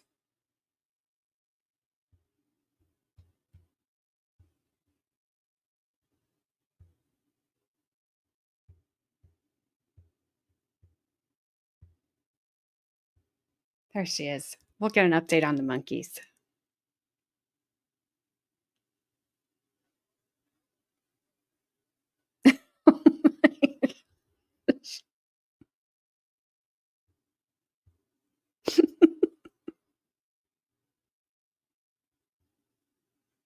You are right. I saw it immediately after you said it. Thanks, Gabby. How classic of cases? Are you talking like the 1960s? It would just be me talking. People, I don't know if people would hang around. We had a 3 out of. Hey,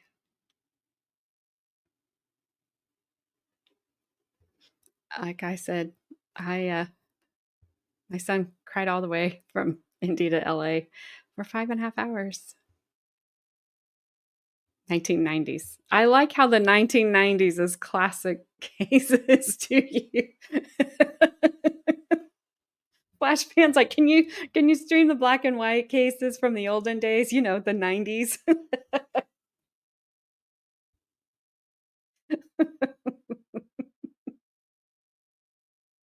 I'm just giving you a hard time, Flash fan. Oh, I think planes just come with screaming baby. It's just you have to have one. Yeah, I. Oh my, I can't imagine what you think about the 70s and 80s. Like, were we doing horse and buggies?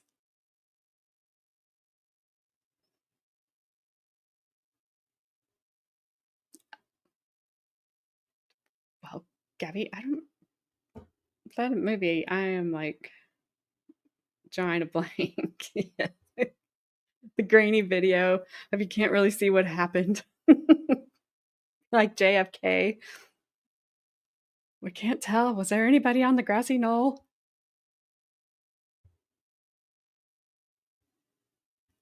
All right, let's see what's happened to these monkeys. Let me know how the sound is.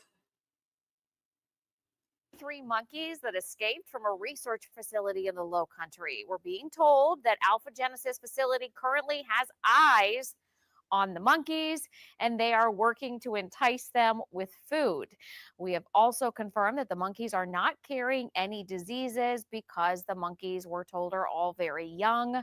Police are telling residents in that area, you need to keep your doors closed and your windows closed too to keep the monkeys from coming inside your house. One business owner in the area spoke about the situation. We've seen one or two even beside the road before, but never heard of this many getting loose. Well, as of tonight, there is no word on how the monkeys managed to get out of the research facility. This has happened a couple of times in the past. The new junior hockey. Holy crap. Sorry. Yeah. If that means 80, if that 85 means the year, I refuse to believe you think the 90s are classic already. Yes, me too. Fun. Yes, thinking of 90s as the olden days makes me feel old. Yeah, no, it's 43. I don't know what you said.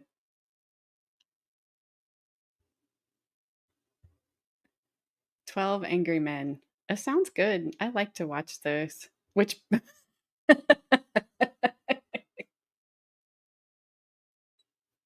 I don't know. I should have asked before I took it down.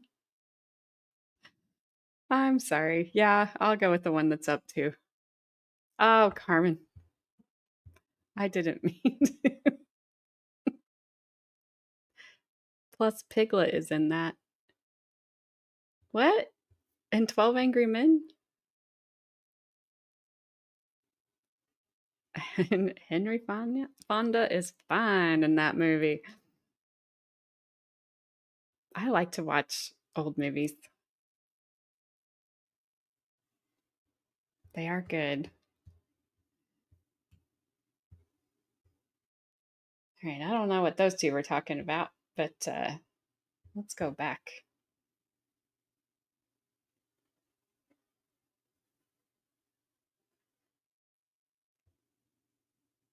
Your sister's birth year, because you were 2000s. The actor who voiced Piglet is in 12 Angry Men.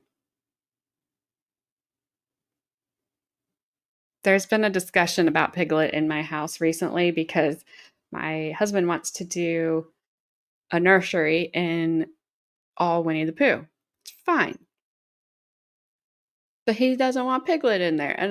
And Bree and I are in disagreement. Piglet needs to be in there. He belongs to Winnie the Pooh. Like I said, if you're not going to put Piglet in there, you can't have Tigger because Tigger gets on my nerves.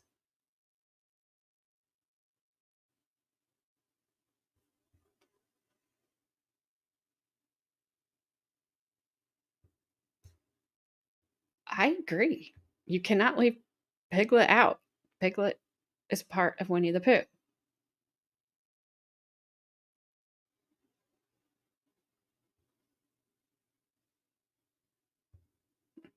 Piglet is a nervous mess. He is part of the gang. Exactly.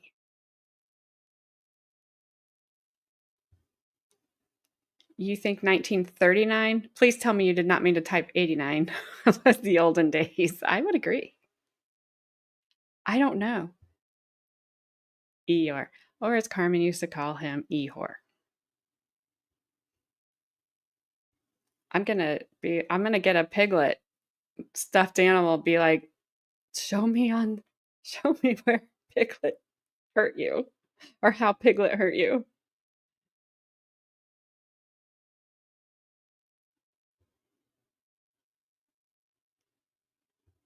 Okay, I'm glad you meant 39. You're more of a Gregory. Good grief. Greg. Let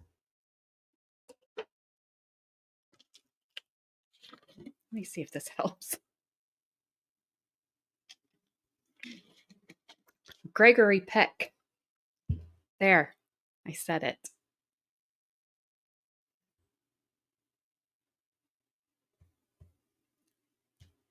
I got nothing. There is no updates. It's one of those things. Wait. As soon as I turn everything off. She's live.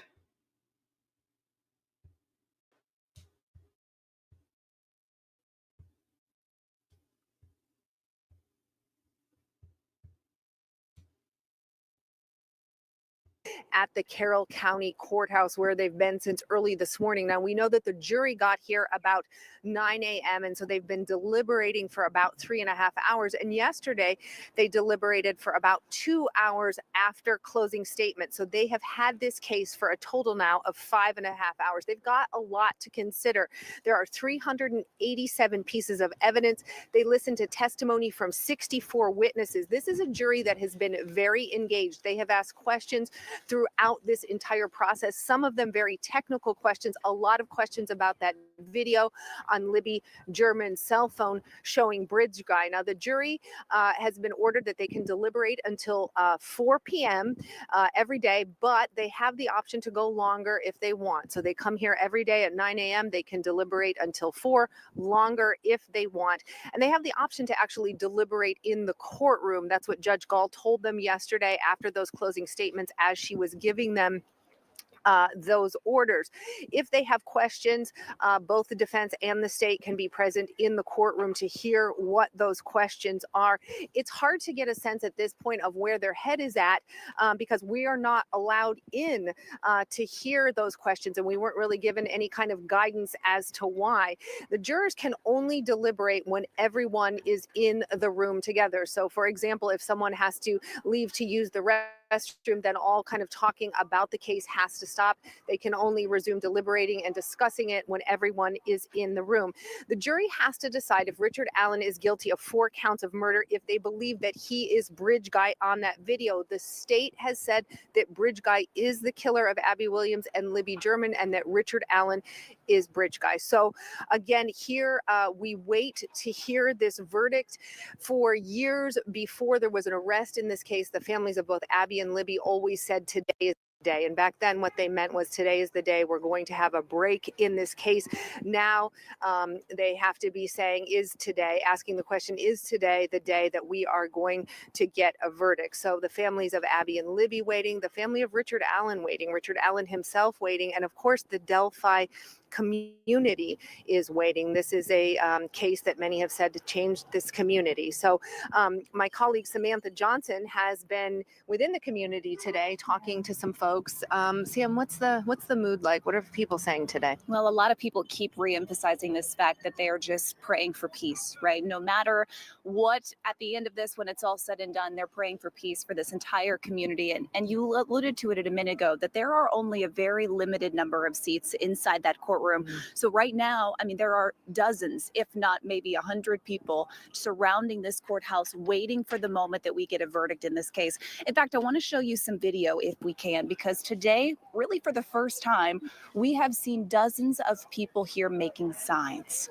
We've seen signs, a couple here and there throughout the duration of this trial, but today for the first time, in fact, I just walked back over and counted more than 50 signs. And these signs are really representing both sides. Most of them are calling for justice for Abby and Libby. There are also, though, others that say, for example, we love you, Rick Allen. And then there are others that are complaining about the investigation and about this case as a whole. We know the people here, like we talked about, coming from all over the world to witness what's happening here in Carroll County. In fact, today we heard from one woman who drove in from Jasper County to witness all of this for herself. We have followed this case from day one, and I think just being in a small-knit community, it was just important to be here to support the families. I just pray that they will get an answer today. All right, just so I don't get copyright strike on me, just turn that off. They didn't show everything. The YouTube channel I was watching earlier today that was live streaming before they went into the courthouse was showing there's a lot of signs there that don't have nice things to say about Judge Gold. So they didn't show any of those or mention any of those. Also, with the exception of a couple of reporters, the news has been putting their typical state spin on it around here. I don't even pay attention to them anymore because it's whatever they want to put out about it. But yeah, they didn't show you everything. No, he did not. His daughter did. Because I know his daughter did. And I can't remember who the other person was that testified for him. I know. I know. It's crazy to say that the media would put a spin on anything. Oh, Bon.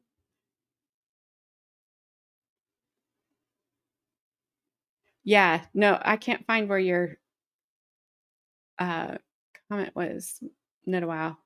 But yes, it is weird that they can talk about the trial, but not deliberate. Like, to me, that's almost kind of deliberating, is it not? Like, even though you're not sitting there being like, well, where are you at? Where are you at? But if you're talking about trial, the whole thought process has begun, which most judges will tell you is not supposed to begin until you are handed the evidence is all in, closing arguments are over, everything's there.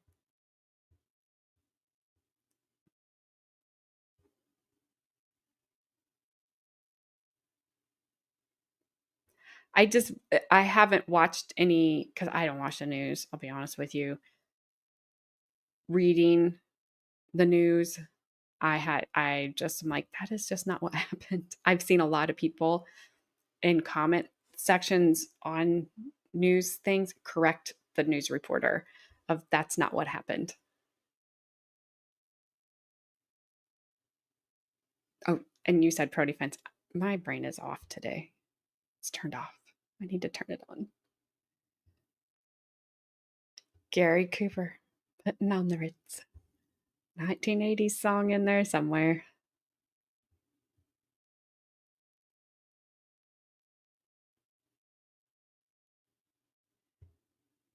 Speaking of spins, the hurricane is looking like it's going to go on a roundabout, then go.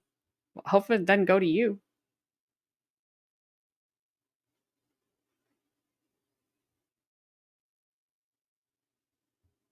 Oh, not in this case. What's up, Zach? She needs to go to bed, so I can't do anything about it. Maybe you can convince her.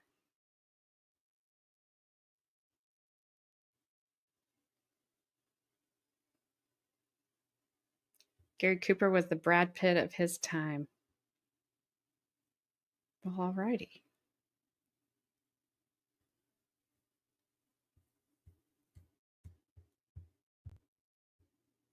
Let's see. Do we have anything? Anything? Anyone?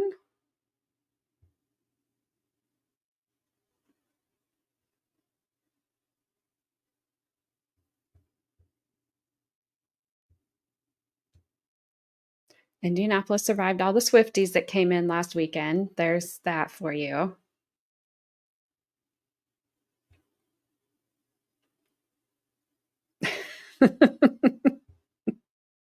Thank you.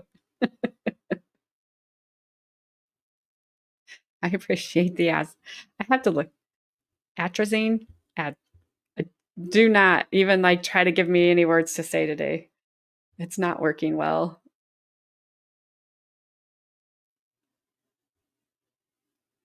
An interesting case, but I don't think it was streamed. Ryan Widmer. What state was it in?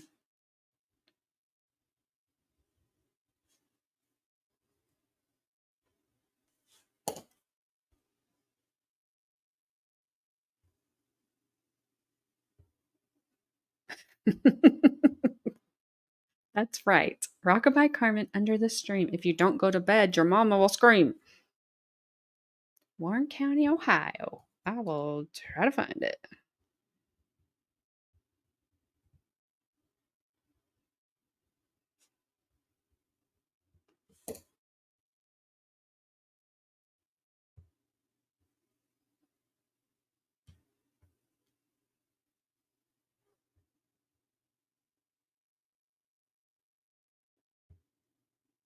There's a good, I'm so sorry.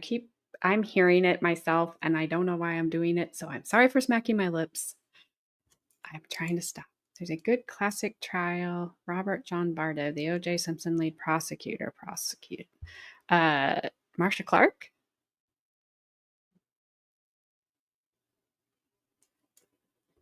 So it was in California.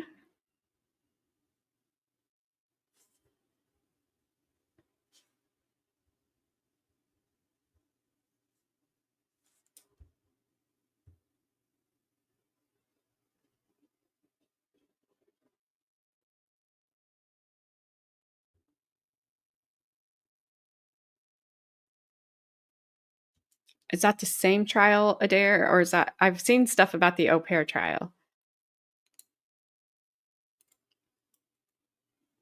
I assume the IRS is a different one. The IRS, Adair. Oh, a bench trial. I like those. In between trial 2 and 3, fathered a baby. Good for him. I mean, is it good for him?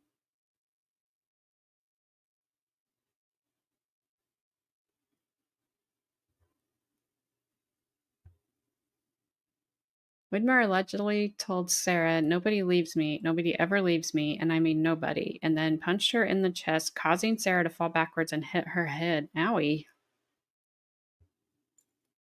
Widmer told crew that he knelt down beside Sarah, blacked out, of course, and when he came to, Sarah was on the floor, not breathing, with her hair wet.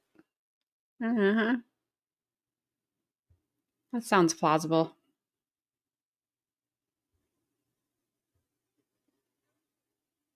He had 3 trials. Wow.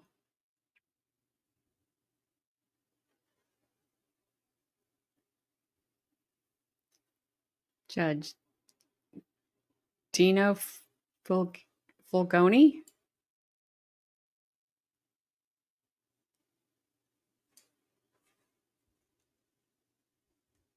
I'll write it down.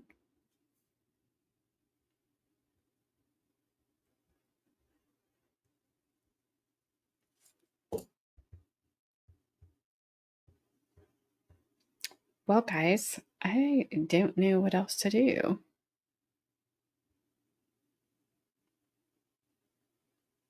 Oh. Well, I'd say I'm not touching that, but there's so many reasons why I don't want to. I'm good.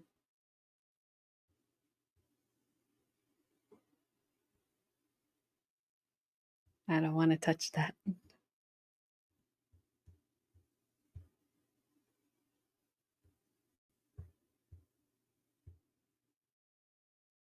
No, don't do that.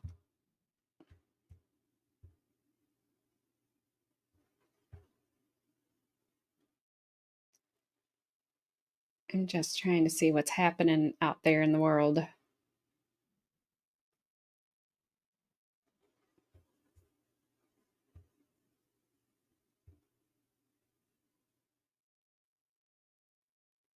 Everybody's still just on verdict watch.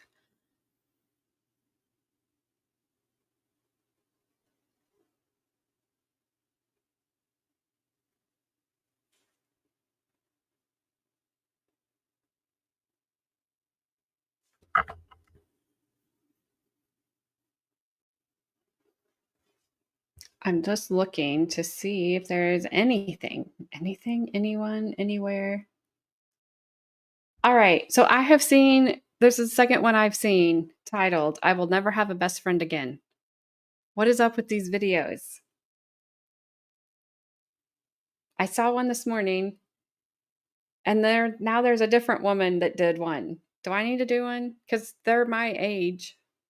Well, at least first one, she was a little bit older than me. Like, I can do one. I'll tell you why. Oh, I know, Carmen. That's why I'm just like hanging out. You're getting hungry. What are you having for lunch, Vaughn? You know I'm gonna want to know.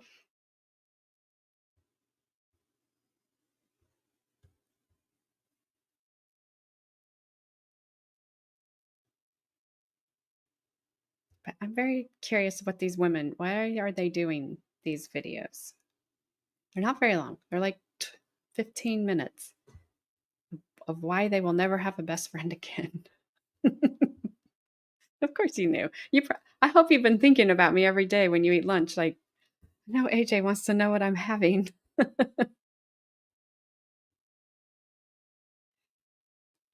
Yeah, yeah. Uh, good luck, Flash fan. We'll see what if you find a classic Indiana case on Court TV, or I win the lottery first, and I don't have a ticket.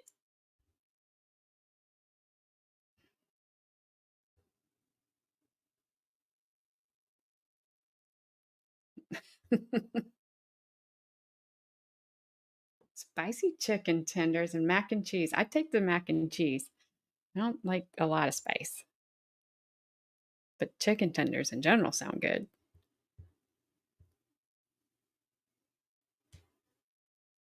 So I guess you guys don't know why they're making those videos either.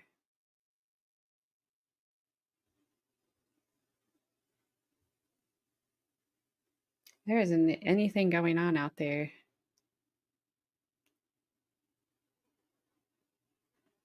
Oh, here. Well, I won't play it because I saved it to play because I was like, I'll just play this one of these days. Because it's just one of those times where I saw the title of it and I was in Flash fan.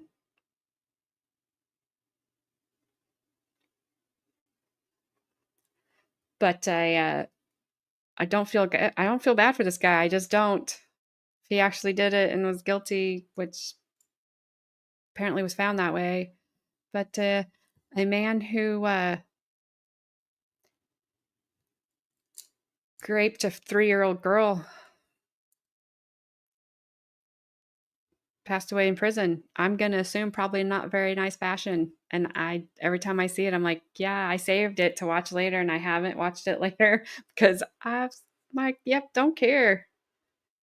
I don't know why I saved it to watch later because I probably won't. Because if you did it, you got what you deserved. Sorry. Don't do that to kids. Don't do it to anybody, but don't do it to kids.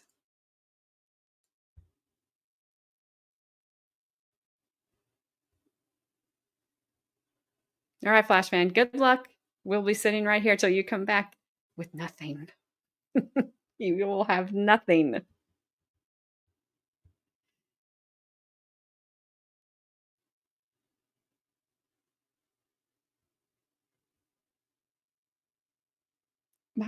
My homepage is so weird.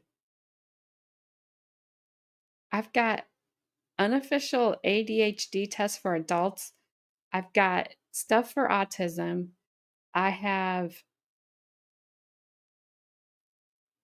the sociopath stare, 5 things sociopaths do. I don't know what YouTube thinks about me.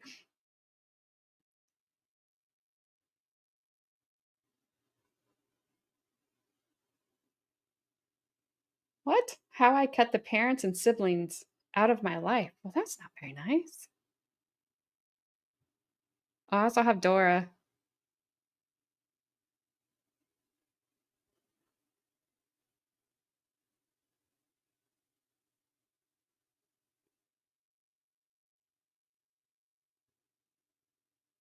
But I have no idea how I got like all these things on my homepage.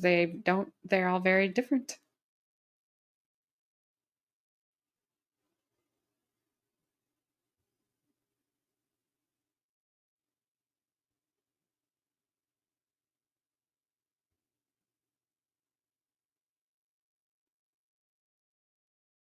Hmm. Well, guys, I'm waiting for Flashman to get back.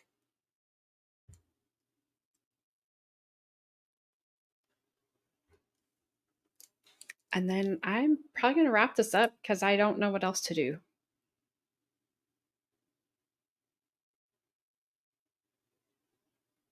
I don't know what HD is, but my mom said I have 80 of them. Ha ha ha ha ha ha. Ha ha ha. Took me a second, Carmen, but I got it. If you see this, run. FBI profiler. Before you date the next Ted Bundy, signs he's a psychopath. I wish I could play other people's YouTubes and not get in trouble.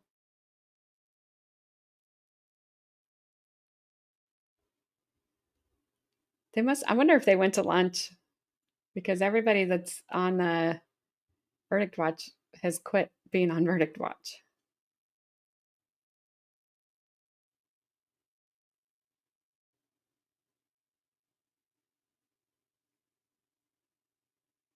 Nope, there's that person is.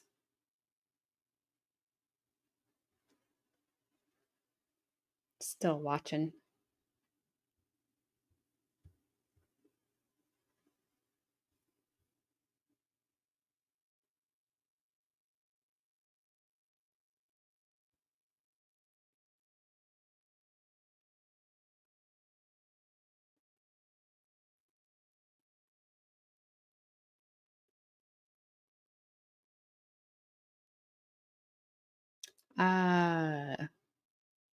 If they do a dare, they must think I'm crazy because my homepage is all of different things.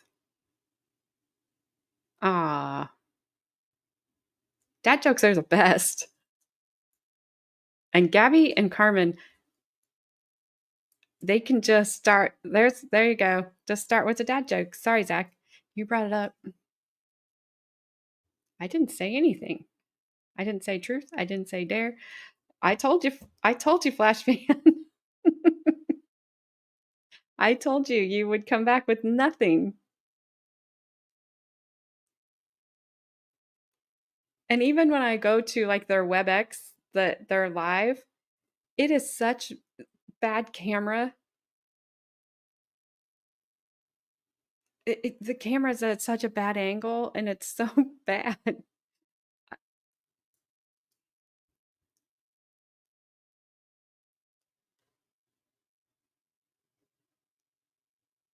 When does a joke become a dad joke? I don't know. Zach, you still here? You can tell us. Adair, you're a dad. When does a joke become a dad joke? Oh, I got it. When it becomes apparent. Good one.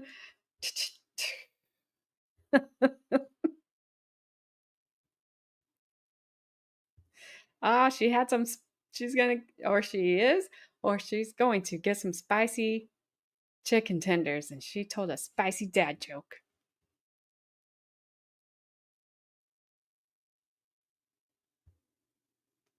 It should be apparent. Apparent. Oh, yeah, there's a ton. There's a ton.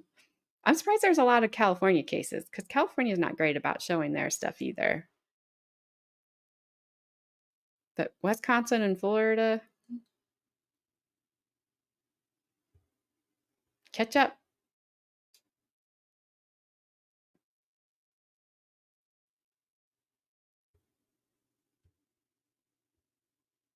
All right, Zach has a dad joke. Everybody, everybody, we're waiting on Zach's dad joke. There's a dare.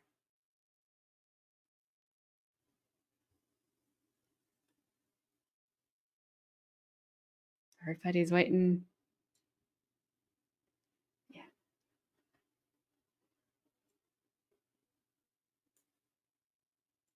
Hang on, Carmen. I'll get yours in just a second.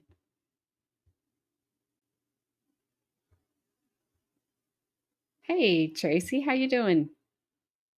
We are hanging out doing nothing. Telling dad jokes. Well, they're telling them. I'm just reading them. But Zach's getting ready. He said he had a joke for us. What? Maybe he left. I see ya.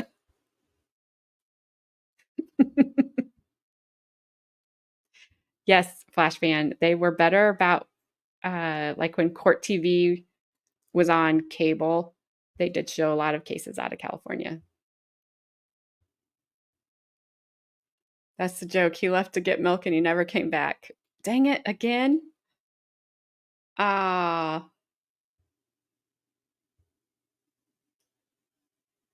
All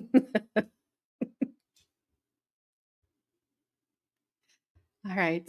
I'll go back and get. All right. Carmen says, do you know why polar bears love your channel? I do not.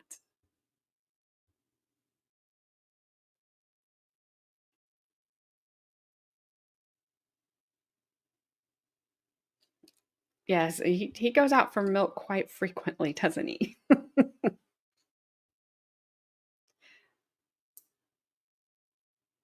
Or sometimes, Zach, we type 1 or 2 words in and just so we can get things through that way because it's cool. Thanks, Carmen.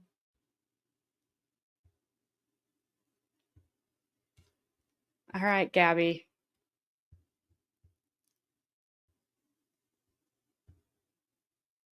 What do you call a fish wearing? Oh, you put your punchline in there. What do you call a fish wearing a bow tie?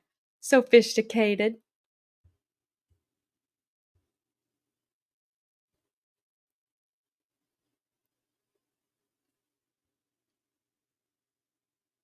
All right, Flash fan. Whoopsies.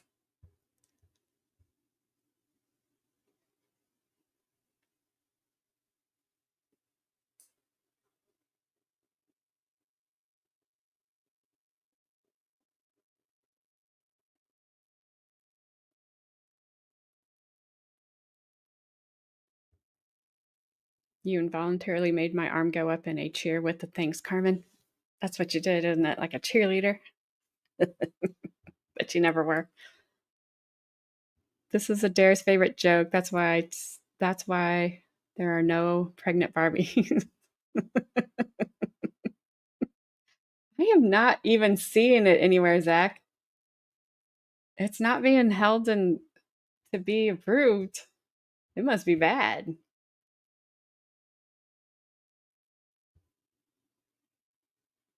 Huh.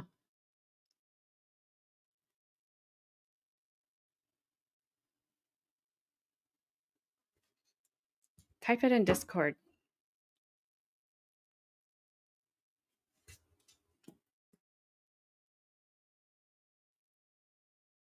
Celestial Force, did you really just ask that to Zach? I mean, I don't, I'm just saying.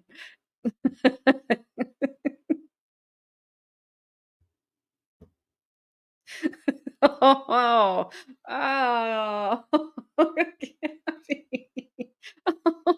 Oh.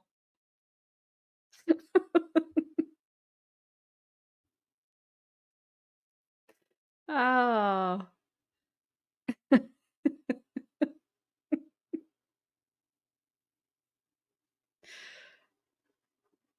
Zach's joke. What time to go to the dentist? Tooth hurdy.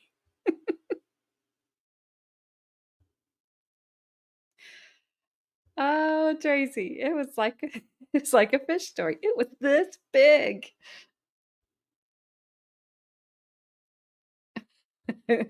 That doesn't exist. That does not exist. That's what he gets for saying another mod is better than me in the chat that I'm modding. Well, okay. I know you weren't meaning that, but it was hilarious. Don't ask where my mind is today because it has struggled. I have struggled.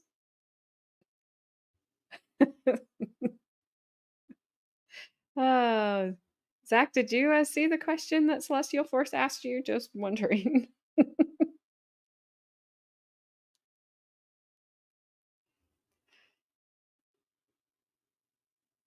Oh, now I know why you could not. Zach.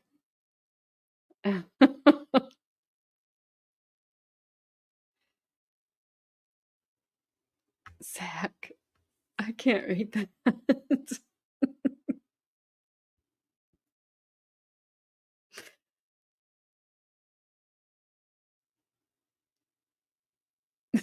I can't read that.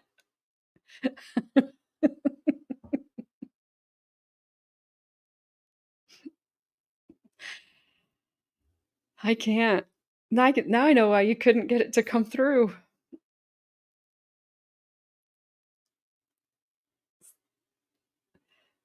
I know.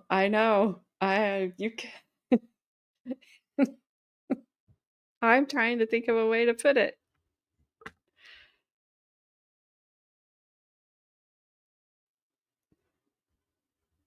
That is a good reason to join Discord because it's in there. I cannot read that. I will not have a channel. No, you will not. No, you will not.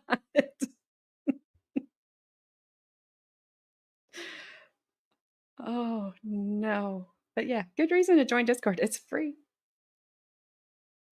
Just, I would say if your notifications make a sound, turn them off. Ugh.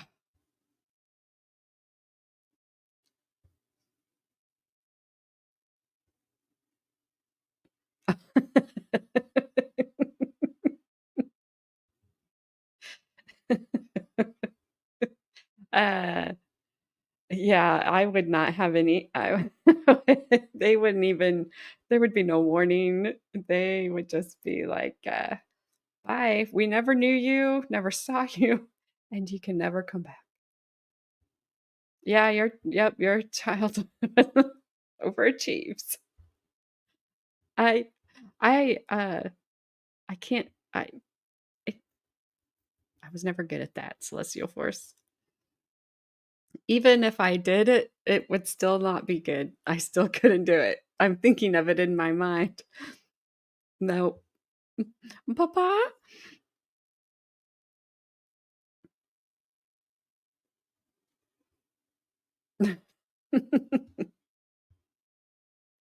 Yeah, and now I understand. I was like thinking it was just a dirty joke, but it probably would let that through.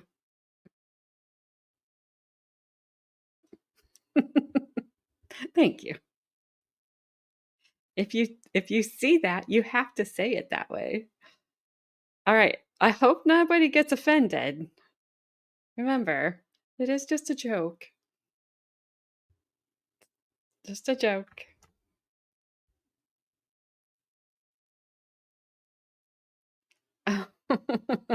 This is what I thought you were trying to type. That you really fell for a girl that works at the coal plant, but then you got arrested for dating a minor. MINER. Thank you, YouTube.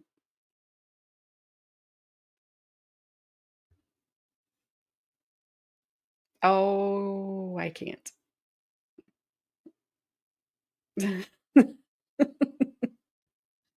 I can't. I can't. I can't.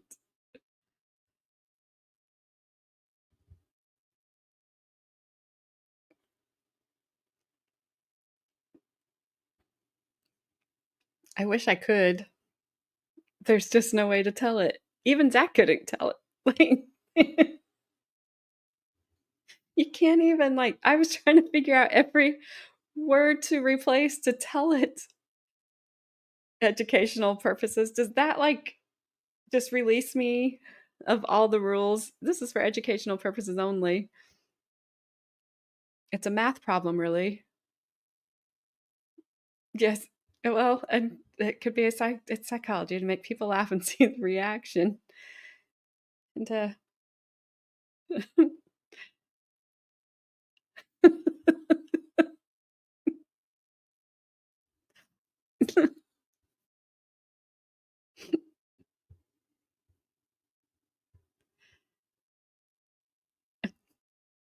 okay, for educational purposes, we get to say boobs. Also, we get to say they're uneven. But I can't. I I wish there was like I could say that, and there would be a magic release of all the dumb rules. Funny's funny. I mean, jokes are jokes. They're. But I'm reading other people's reaction to the joke in Discord, and all I'm getting is "Wow! Oh wow!"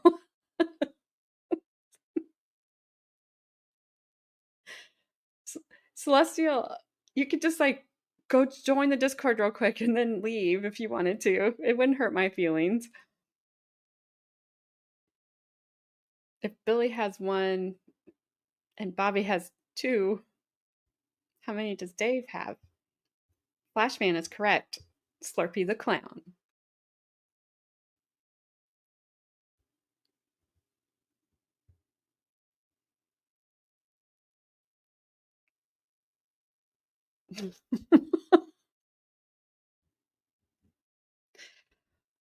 My girlfriend has one.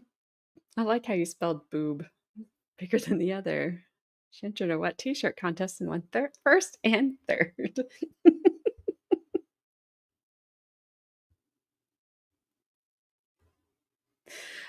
Okay.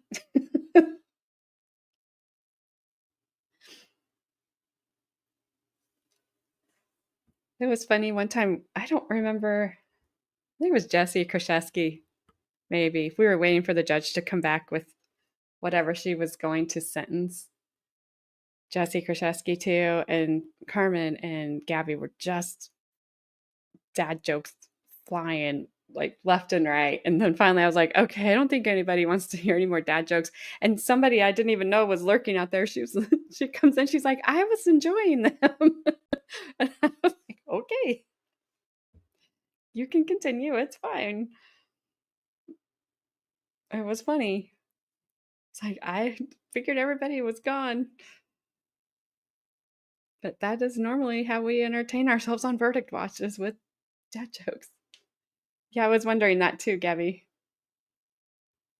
Ah, that's a dad joke. My new protein powder is vanilla. It's way too sweet. Under AJ's Lounge.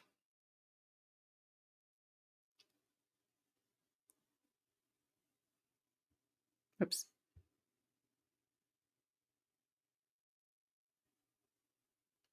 I can't wait to see her. I hope she comes back and like, all right, I understand. Like, okay.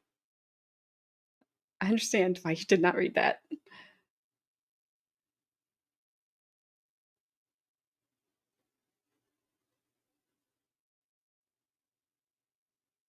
Ah.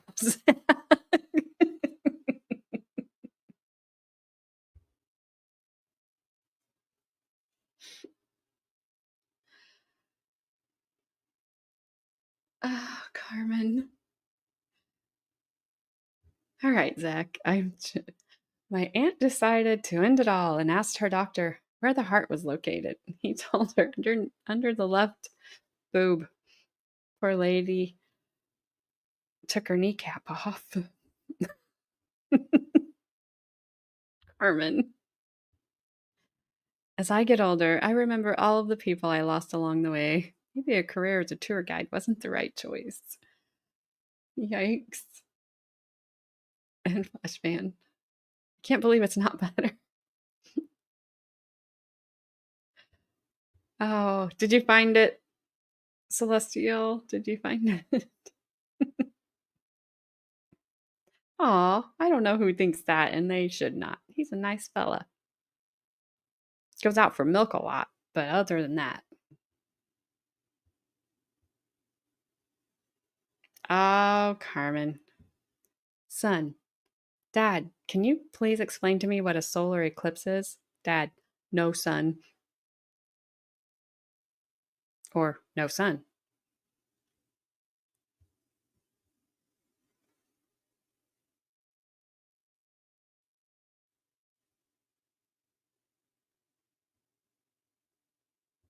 Carmen, you are going to be so tired for work tonight.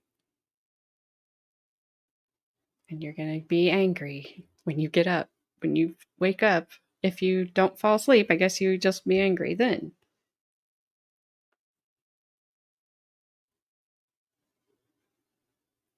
Oh, Zach, I have so much respect for women working for the post office. It's such a male dominated industry. Aha, I got it. I just need like a drum set back here with a drummer, just with the snare, just so they can hit it on these jokes.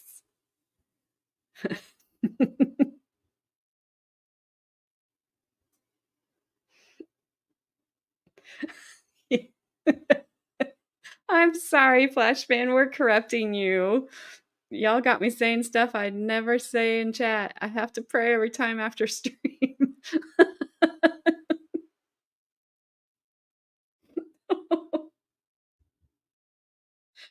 I'm sorry, Flashman. My 6-year-old daughter has lined up all her dolls towards the outdoor grill. Looks like she's preparing some kind of barbecue. Ah, I do not have a sound thingy, a sound bar, or I do not. Maybe one of these days. Ba-dum. Ba-dum. It's Zach's fault. Well, I think we all play our role. We all play our part, Flashman. My apologies. You've been corrupting Flashman for over a year now. Well, I don't have that much time. Just a few months.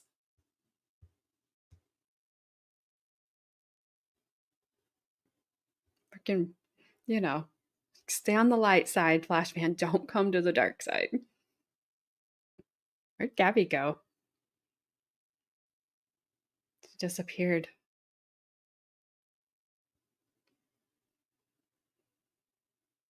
I don't know, Carmen.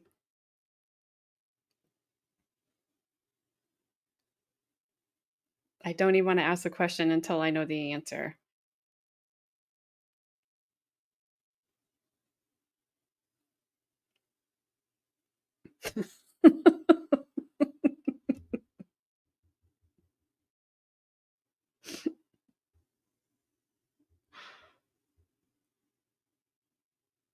Oh, Gabby went fishing. Gabby's gone fishing. What?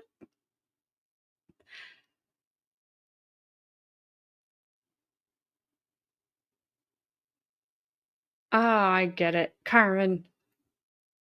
I knew a lady with a lisp who owned a strip club. She went bankrupt. The sign on the door said, "Sorry, we're closed."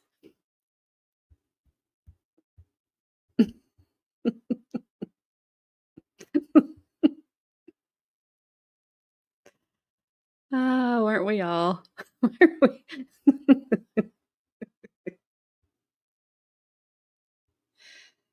Okay. Are you a trampoline? Because I really like to bounce on you. What? Gabby. That's what I was thinking, Flash fan. As long as y'all aren't playing hide and seek in a suitcase, I I guess that's what Carmen's joke was. What's brown and sticky? Oops, I forgot we were playing hide and seek. Ugh,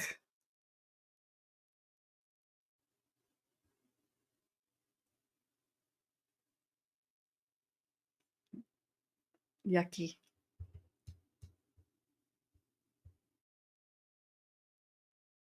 You know, this goes to show, like, you never can figure out a jury, ever.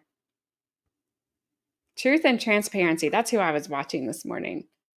They were outside the courthouse. They were the ones showing that there was not nice signs out there about Judge Gold. I think they wrote a couple signs that were not nice about Judge Gold. But they are doing Afternoon Verdict Watch Part 3.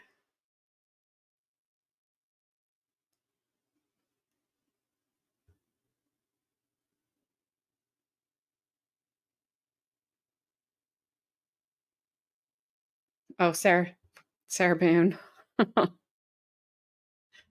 Ah, you let us know what you think.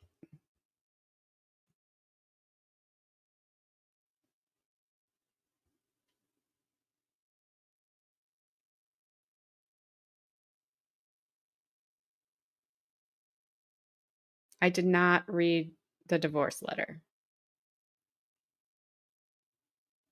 I read her motion for a new, well,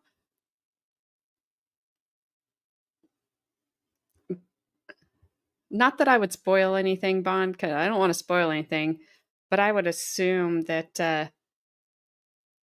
you saw the video of her video, correct? Like,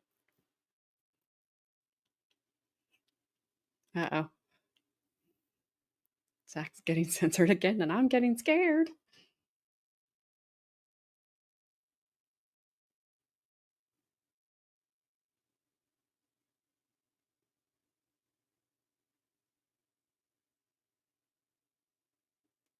Oh, Zach.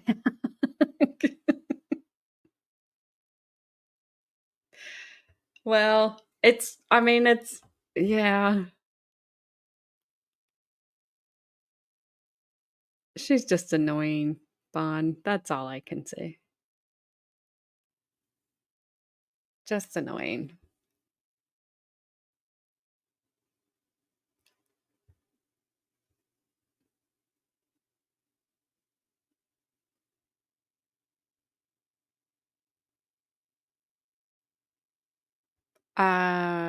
Wait, Bond, what are you saying?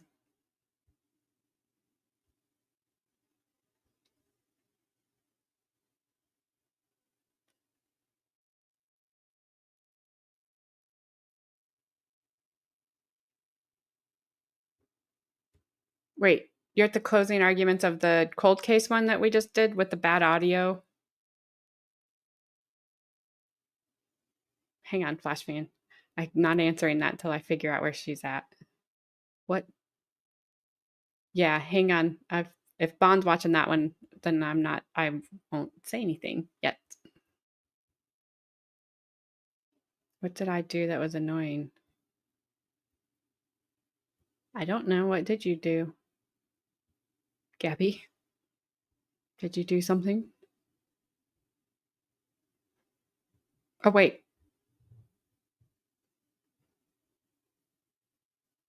Bond, I'm so confused.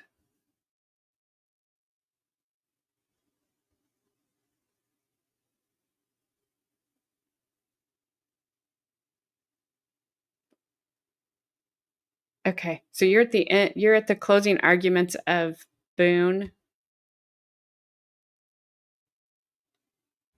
No, Zach. No. That thing is turning away, and it is scared to come to Texas.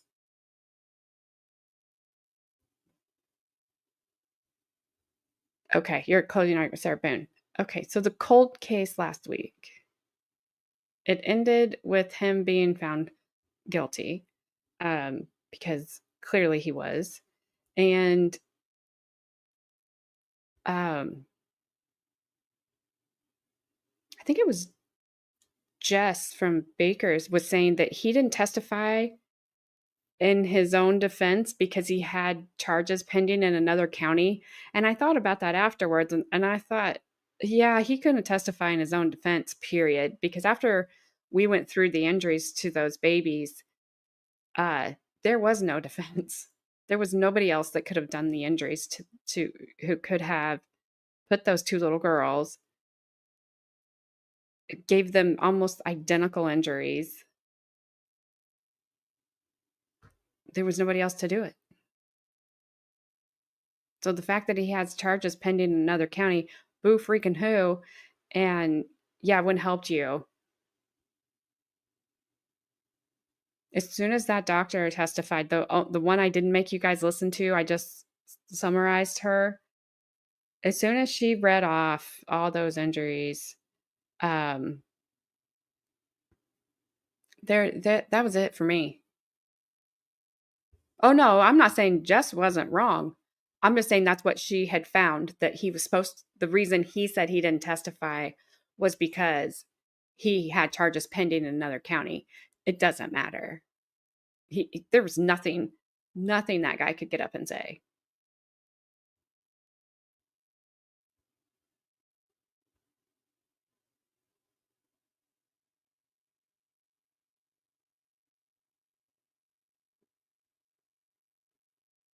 Oh, just rain. Okay, good. Rain is okay. Hurricane, no.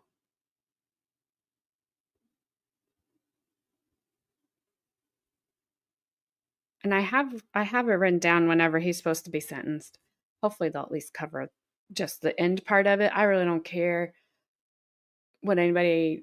I mean, I'd like to hear the mom's victim impact statements because they were clearly very like crying in court. As they should have been. I don't really care what anybody has to say in his defense. I know that's not generally how I am, but don't care.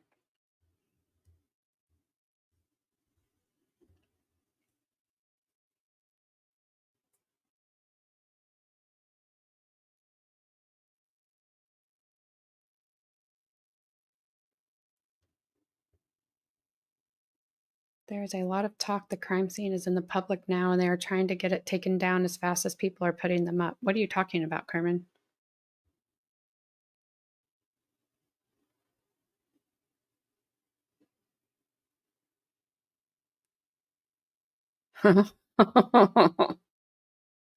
Celestial, you've never been to, I don't know if you've ever been to a Friday stream. We don't have that much time left, but oh, they can, your brain doesn't even have to work most of the time. But they can get quite spicy. Generally, my Friday streams go off the rails. It's fun, not a bad thing. But today's been kind of subdued. Well, it's mostly subdued. The jokes. The other cold case in Georgia may not be streamed. The defense is saying that their witnesses are scared to testify on camera.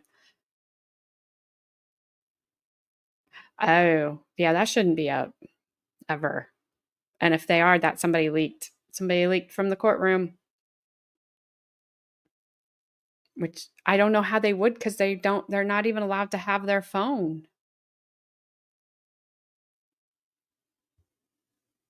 She loves rats. Sorry, I'm European, so I don't know. If the jury is hung and the state wants a new trial and there's another hung jury, can they come after him again? Yes. I have seen, I think the most that I have seen is 4 times they brought a person back. They retried a person, which I don't agree with at all. I think, and I don't know if Nidawow's still here, because her and I were having a conversation about lesser included, and there was a story I wanted to tell her, and you just reminded me of it. But yeah, unfortunately, they can keep coming back, and you watch some of these where they're retried again and again, and then new evidence comes up, and you just makes you shake your head, you know? But it's good to see you. I'm glad you stopped by. And don't ever apologize for asking a question, because I'll answer it if I can.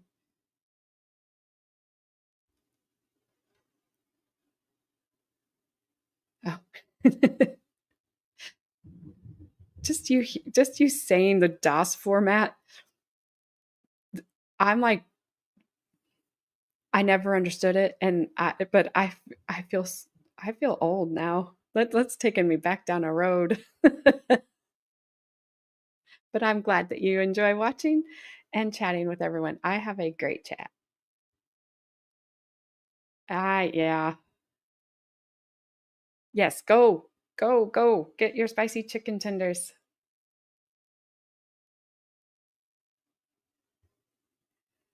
Oh. I meant to play her I listened to her motion about the jury, the juror who was supposedly snuck in the cell phone and all that stuff that was happening, and then I hadn't checked.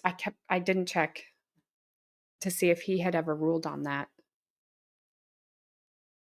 Oh, me too. Me too. Dang, Tracy, you turn it on, you hit like load on a page, and then you just let it go. You like go make a sandwich, eat the sandwich, you come back, it's about halfway done. I didn't watch that one, Adair. I saw she was found guilty, but I didn't watch it. So I've seen both sides saying guilt, like she wasn't guilty or they didn't think she was guilty. Oh yeah, I won't make it. I won't make the noise. No, we are not, Flash Man. I am not old enough. I am not old enough. You take that back. We have experience. And one day you'll have experience.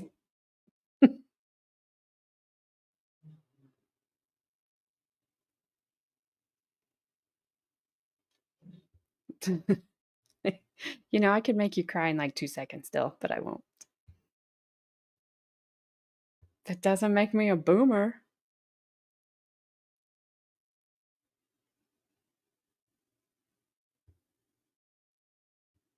Does not make me a boomer.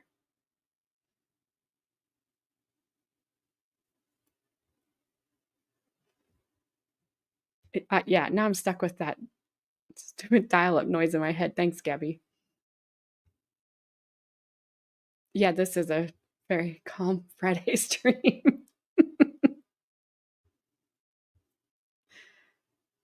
Oh, I know, you'll cry anyway.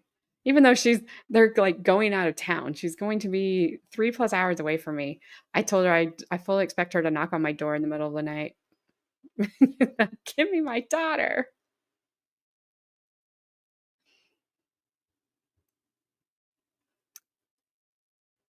I agree. I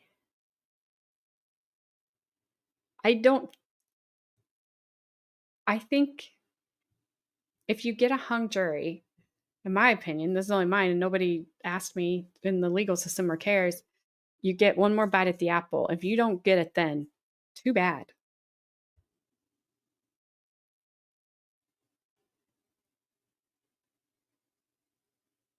But I don't think the state should just get to come back and retry a person over and over and over again. I don't agree with that at all.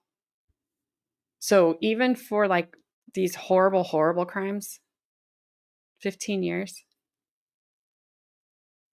that's yeah. I don't know about that.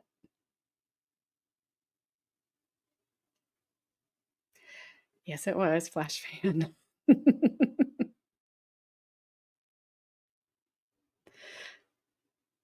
3 hours and not 10 minutes. 9 minutes. We don't do 10. Yes, happy first anniversary to my son and daughter-in-law, aka Dill, daughter-in-law. But oh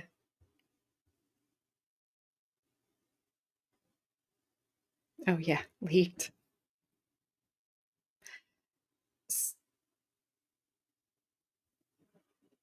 So I was watching, I can't remember where this took place. I don't think it was Ohio. Oh, I can't remember her name. But anyway, she was on trial for, and I don't even know why she would have done it, unaliving her boyfriend's mom through fixing her smoothies with, I can't remember the toxin that she put in there, supposedly, allegedly. So the first jury goes and they come back hung jury. So they try her again. That jury is also coming back. Like they have said, we're at an impasse, we're split, and nothing's happening. Nobody's budging, nobody's moving. And I already don't like lesser includeds, but the prosecutor this time told the judge, asked it, like, put a during deliberations was allowed to add a lesser included charge in there, and they convicted her. That's what they convicted her on. And I think that I was watching that. I thought, I've never seen that. I did not know that they could even do that. To me, deliberations are deliberations. I don't even I agree with Adair on, you're saying that if their jury comes back and they say we're hung, that's it. They don't give them that instruction. I can't think of the name of it now. To basically, like, you guys know the evidence and you're going to know it the best out of out of anyone. Just go back. It only leads to a compromise. And if you have lesser included, that absolutely leads to a compromise verdict. And that's what happened to this woman, because nobody was going to convict her on what they charged her with. And then they, like I said, they were up at the bench and she adds that in there. And I knew as soon as she's like, yeah, I just added this lesser included in there. I thought, wait, what? I knew it. I knew, like, you're done, girl. You're done. And she's so young. And I don't know. They didn't convince me. And I was watching a show that, they can convince me either way, because I didn't get to see the evidence. I saw the evidence as they portrayed it to me. It was a TV show. Yeah.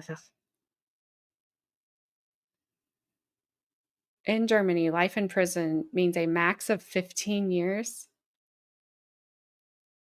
Wow.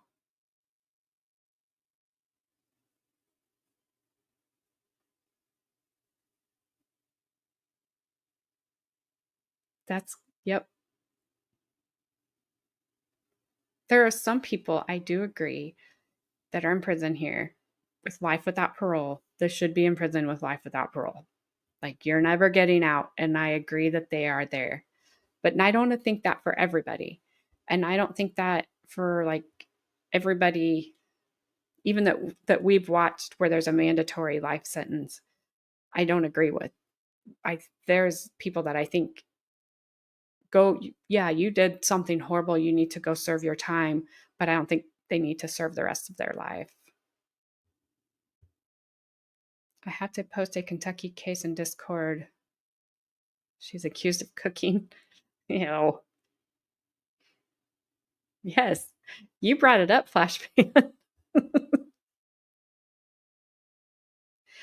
Oh, Gabby.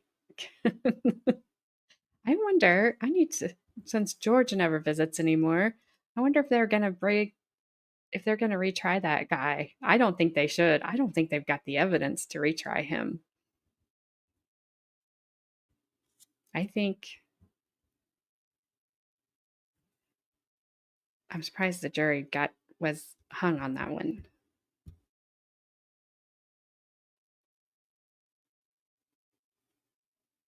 Never eat while watching chat. Flash fan?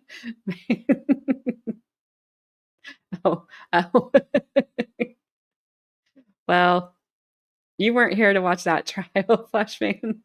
And it was lost and never found.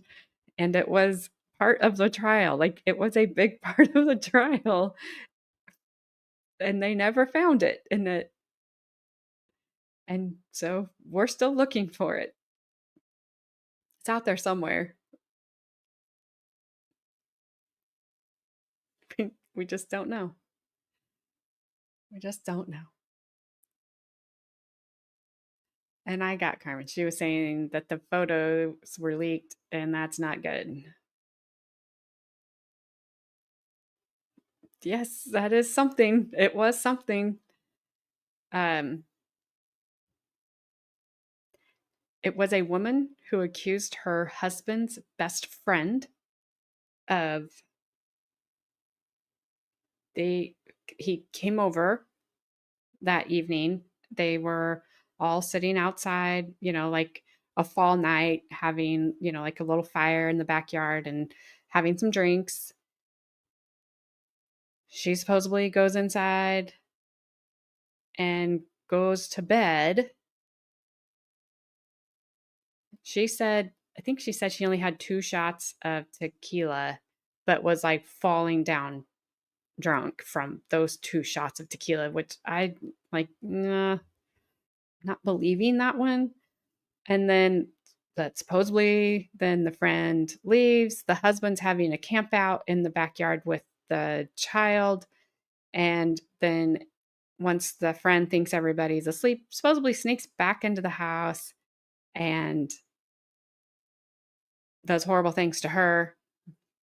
I didn't believe her story. The more she testified, her husband testified, and they played the body cam of the officer talking to him, the best friend, and just more and more that was coming out. I'm like, I just didn't believe her story.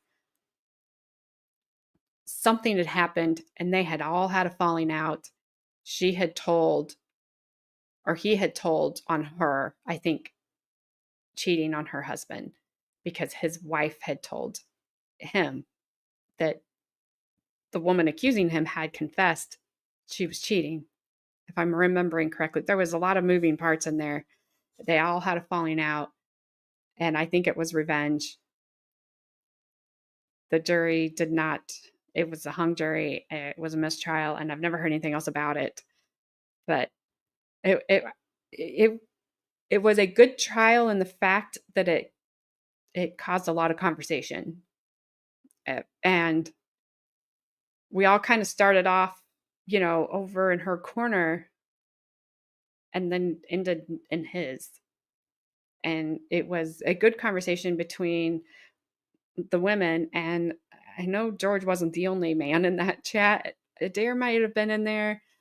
It was just a good conversation back and forth of our side and their side, and then how we were seeing it. And then I think George, like, we changed his view on it of what he was even seeing it. And that was the best thing came out of it. Also, tampon gate came out of it. So there's that. I did see that he was convicted.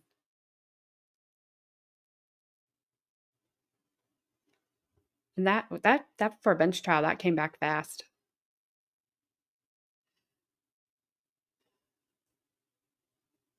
And that's always possible, Carmen. You can just never tell these days. That's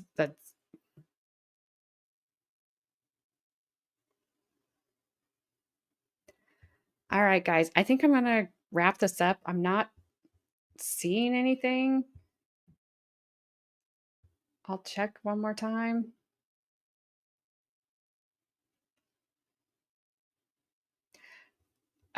He should not have represented himself. That's the one that represented himself, right? Am I thinking that right one? Okay, well, so Tracy, supposedly she had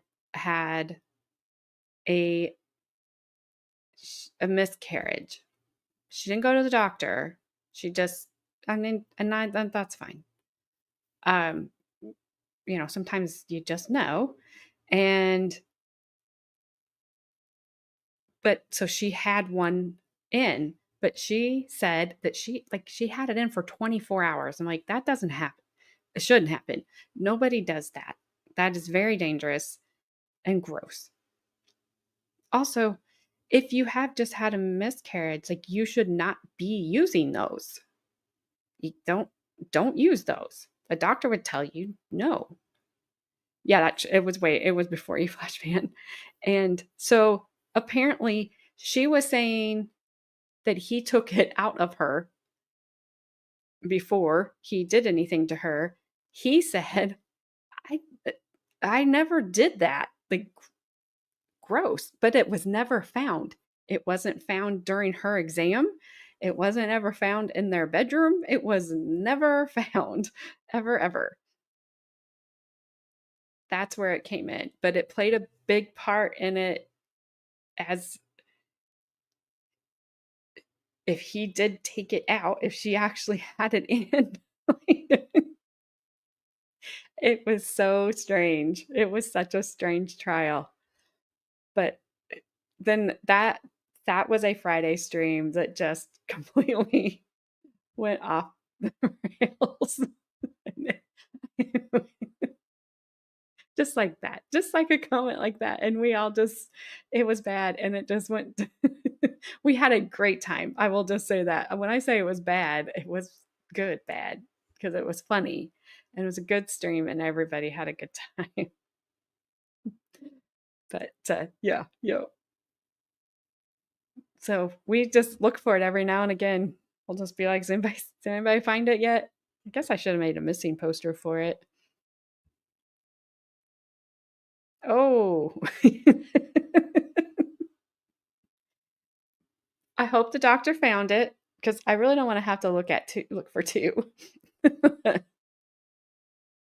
Yes, you were here for the hazmat suit, which was hilarious when Brian put one on. That was so funny.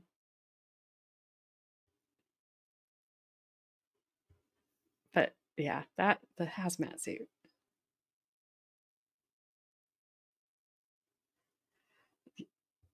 Sorry that you walked away, Carmen. I'm glad, Tracy. All right. So we found one has been found.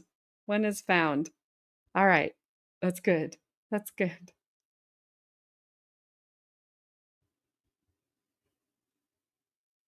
Well, guys, if I can, I doubt I can. But if I can, I'll leave everything like running or set up. So if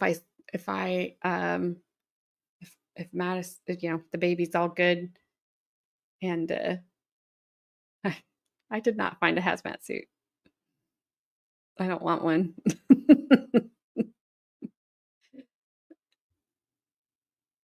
If the baby's being good and I hear the verdicts coming in, I will just try to like turn on a stream real quick and we can do the verdict. Maybe they won't come back today. Who knows? You can never read them. I remember people thinking the Karen Reed verdict would be back in like 5 minutes. Thank you for being here, Tracy. And I'm glad you had some laughs. We all need them. Thanks for the super chat and the super sticker, Gabby. Of course you are a Flash fan. 33 hours, that's right. You're gonna go eat. I know that. Enjoy whatever you're eating. Bon, wherever you are, enjoy your chicken tenders.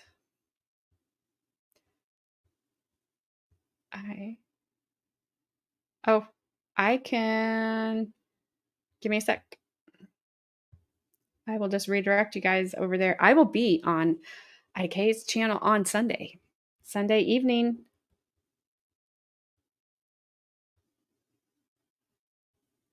She is, we're going to talk Delphi. Hopefully we'll have a verdict by then. And I can't remember what else she said. Thank you for saying that, Carmen, because I have to send her something. So give me a sec.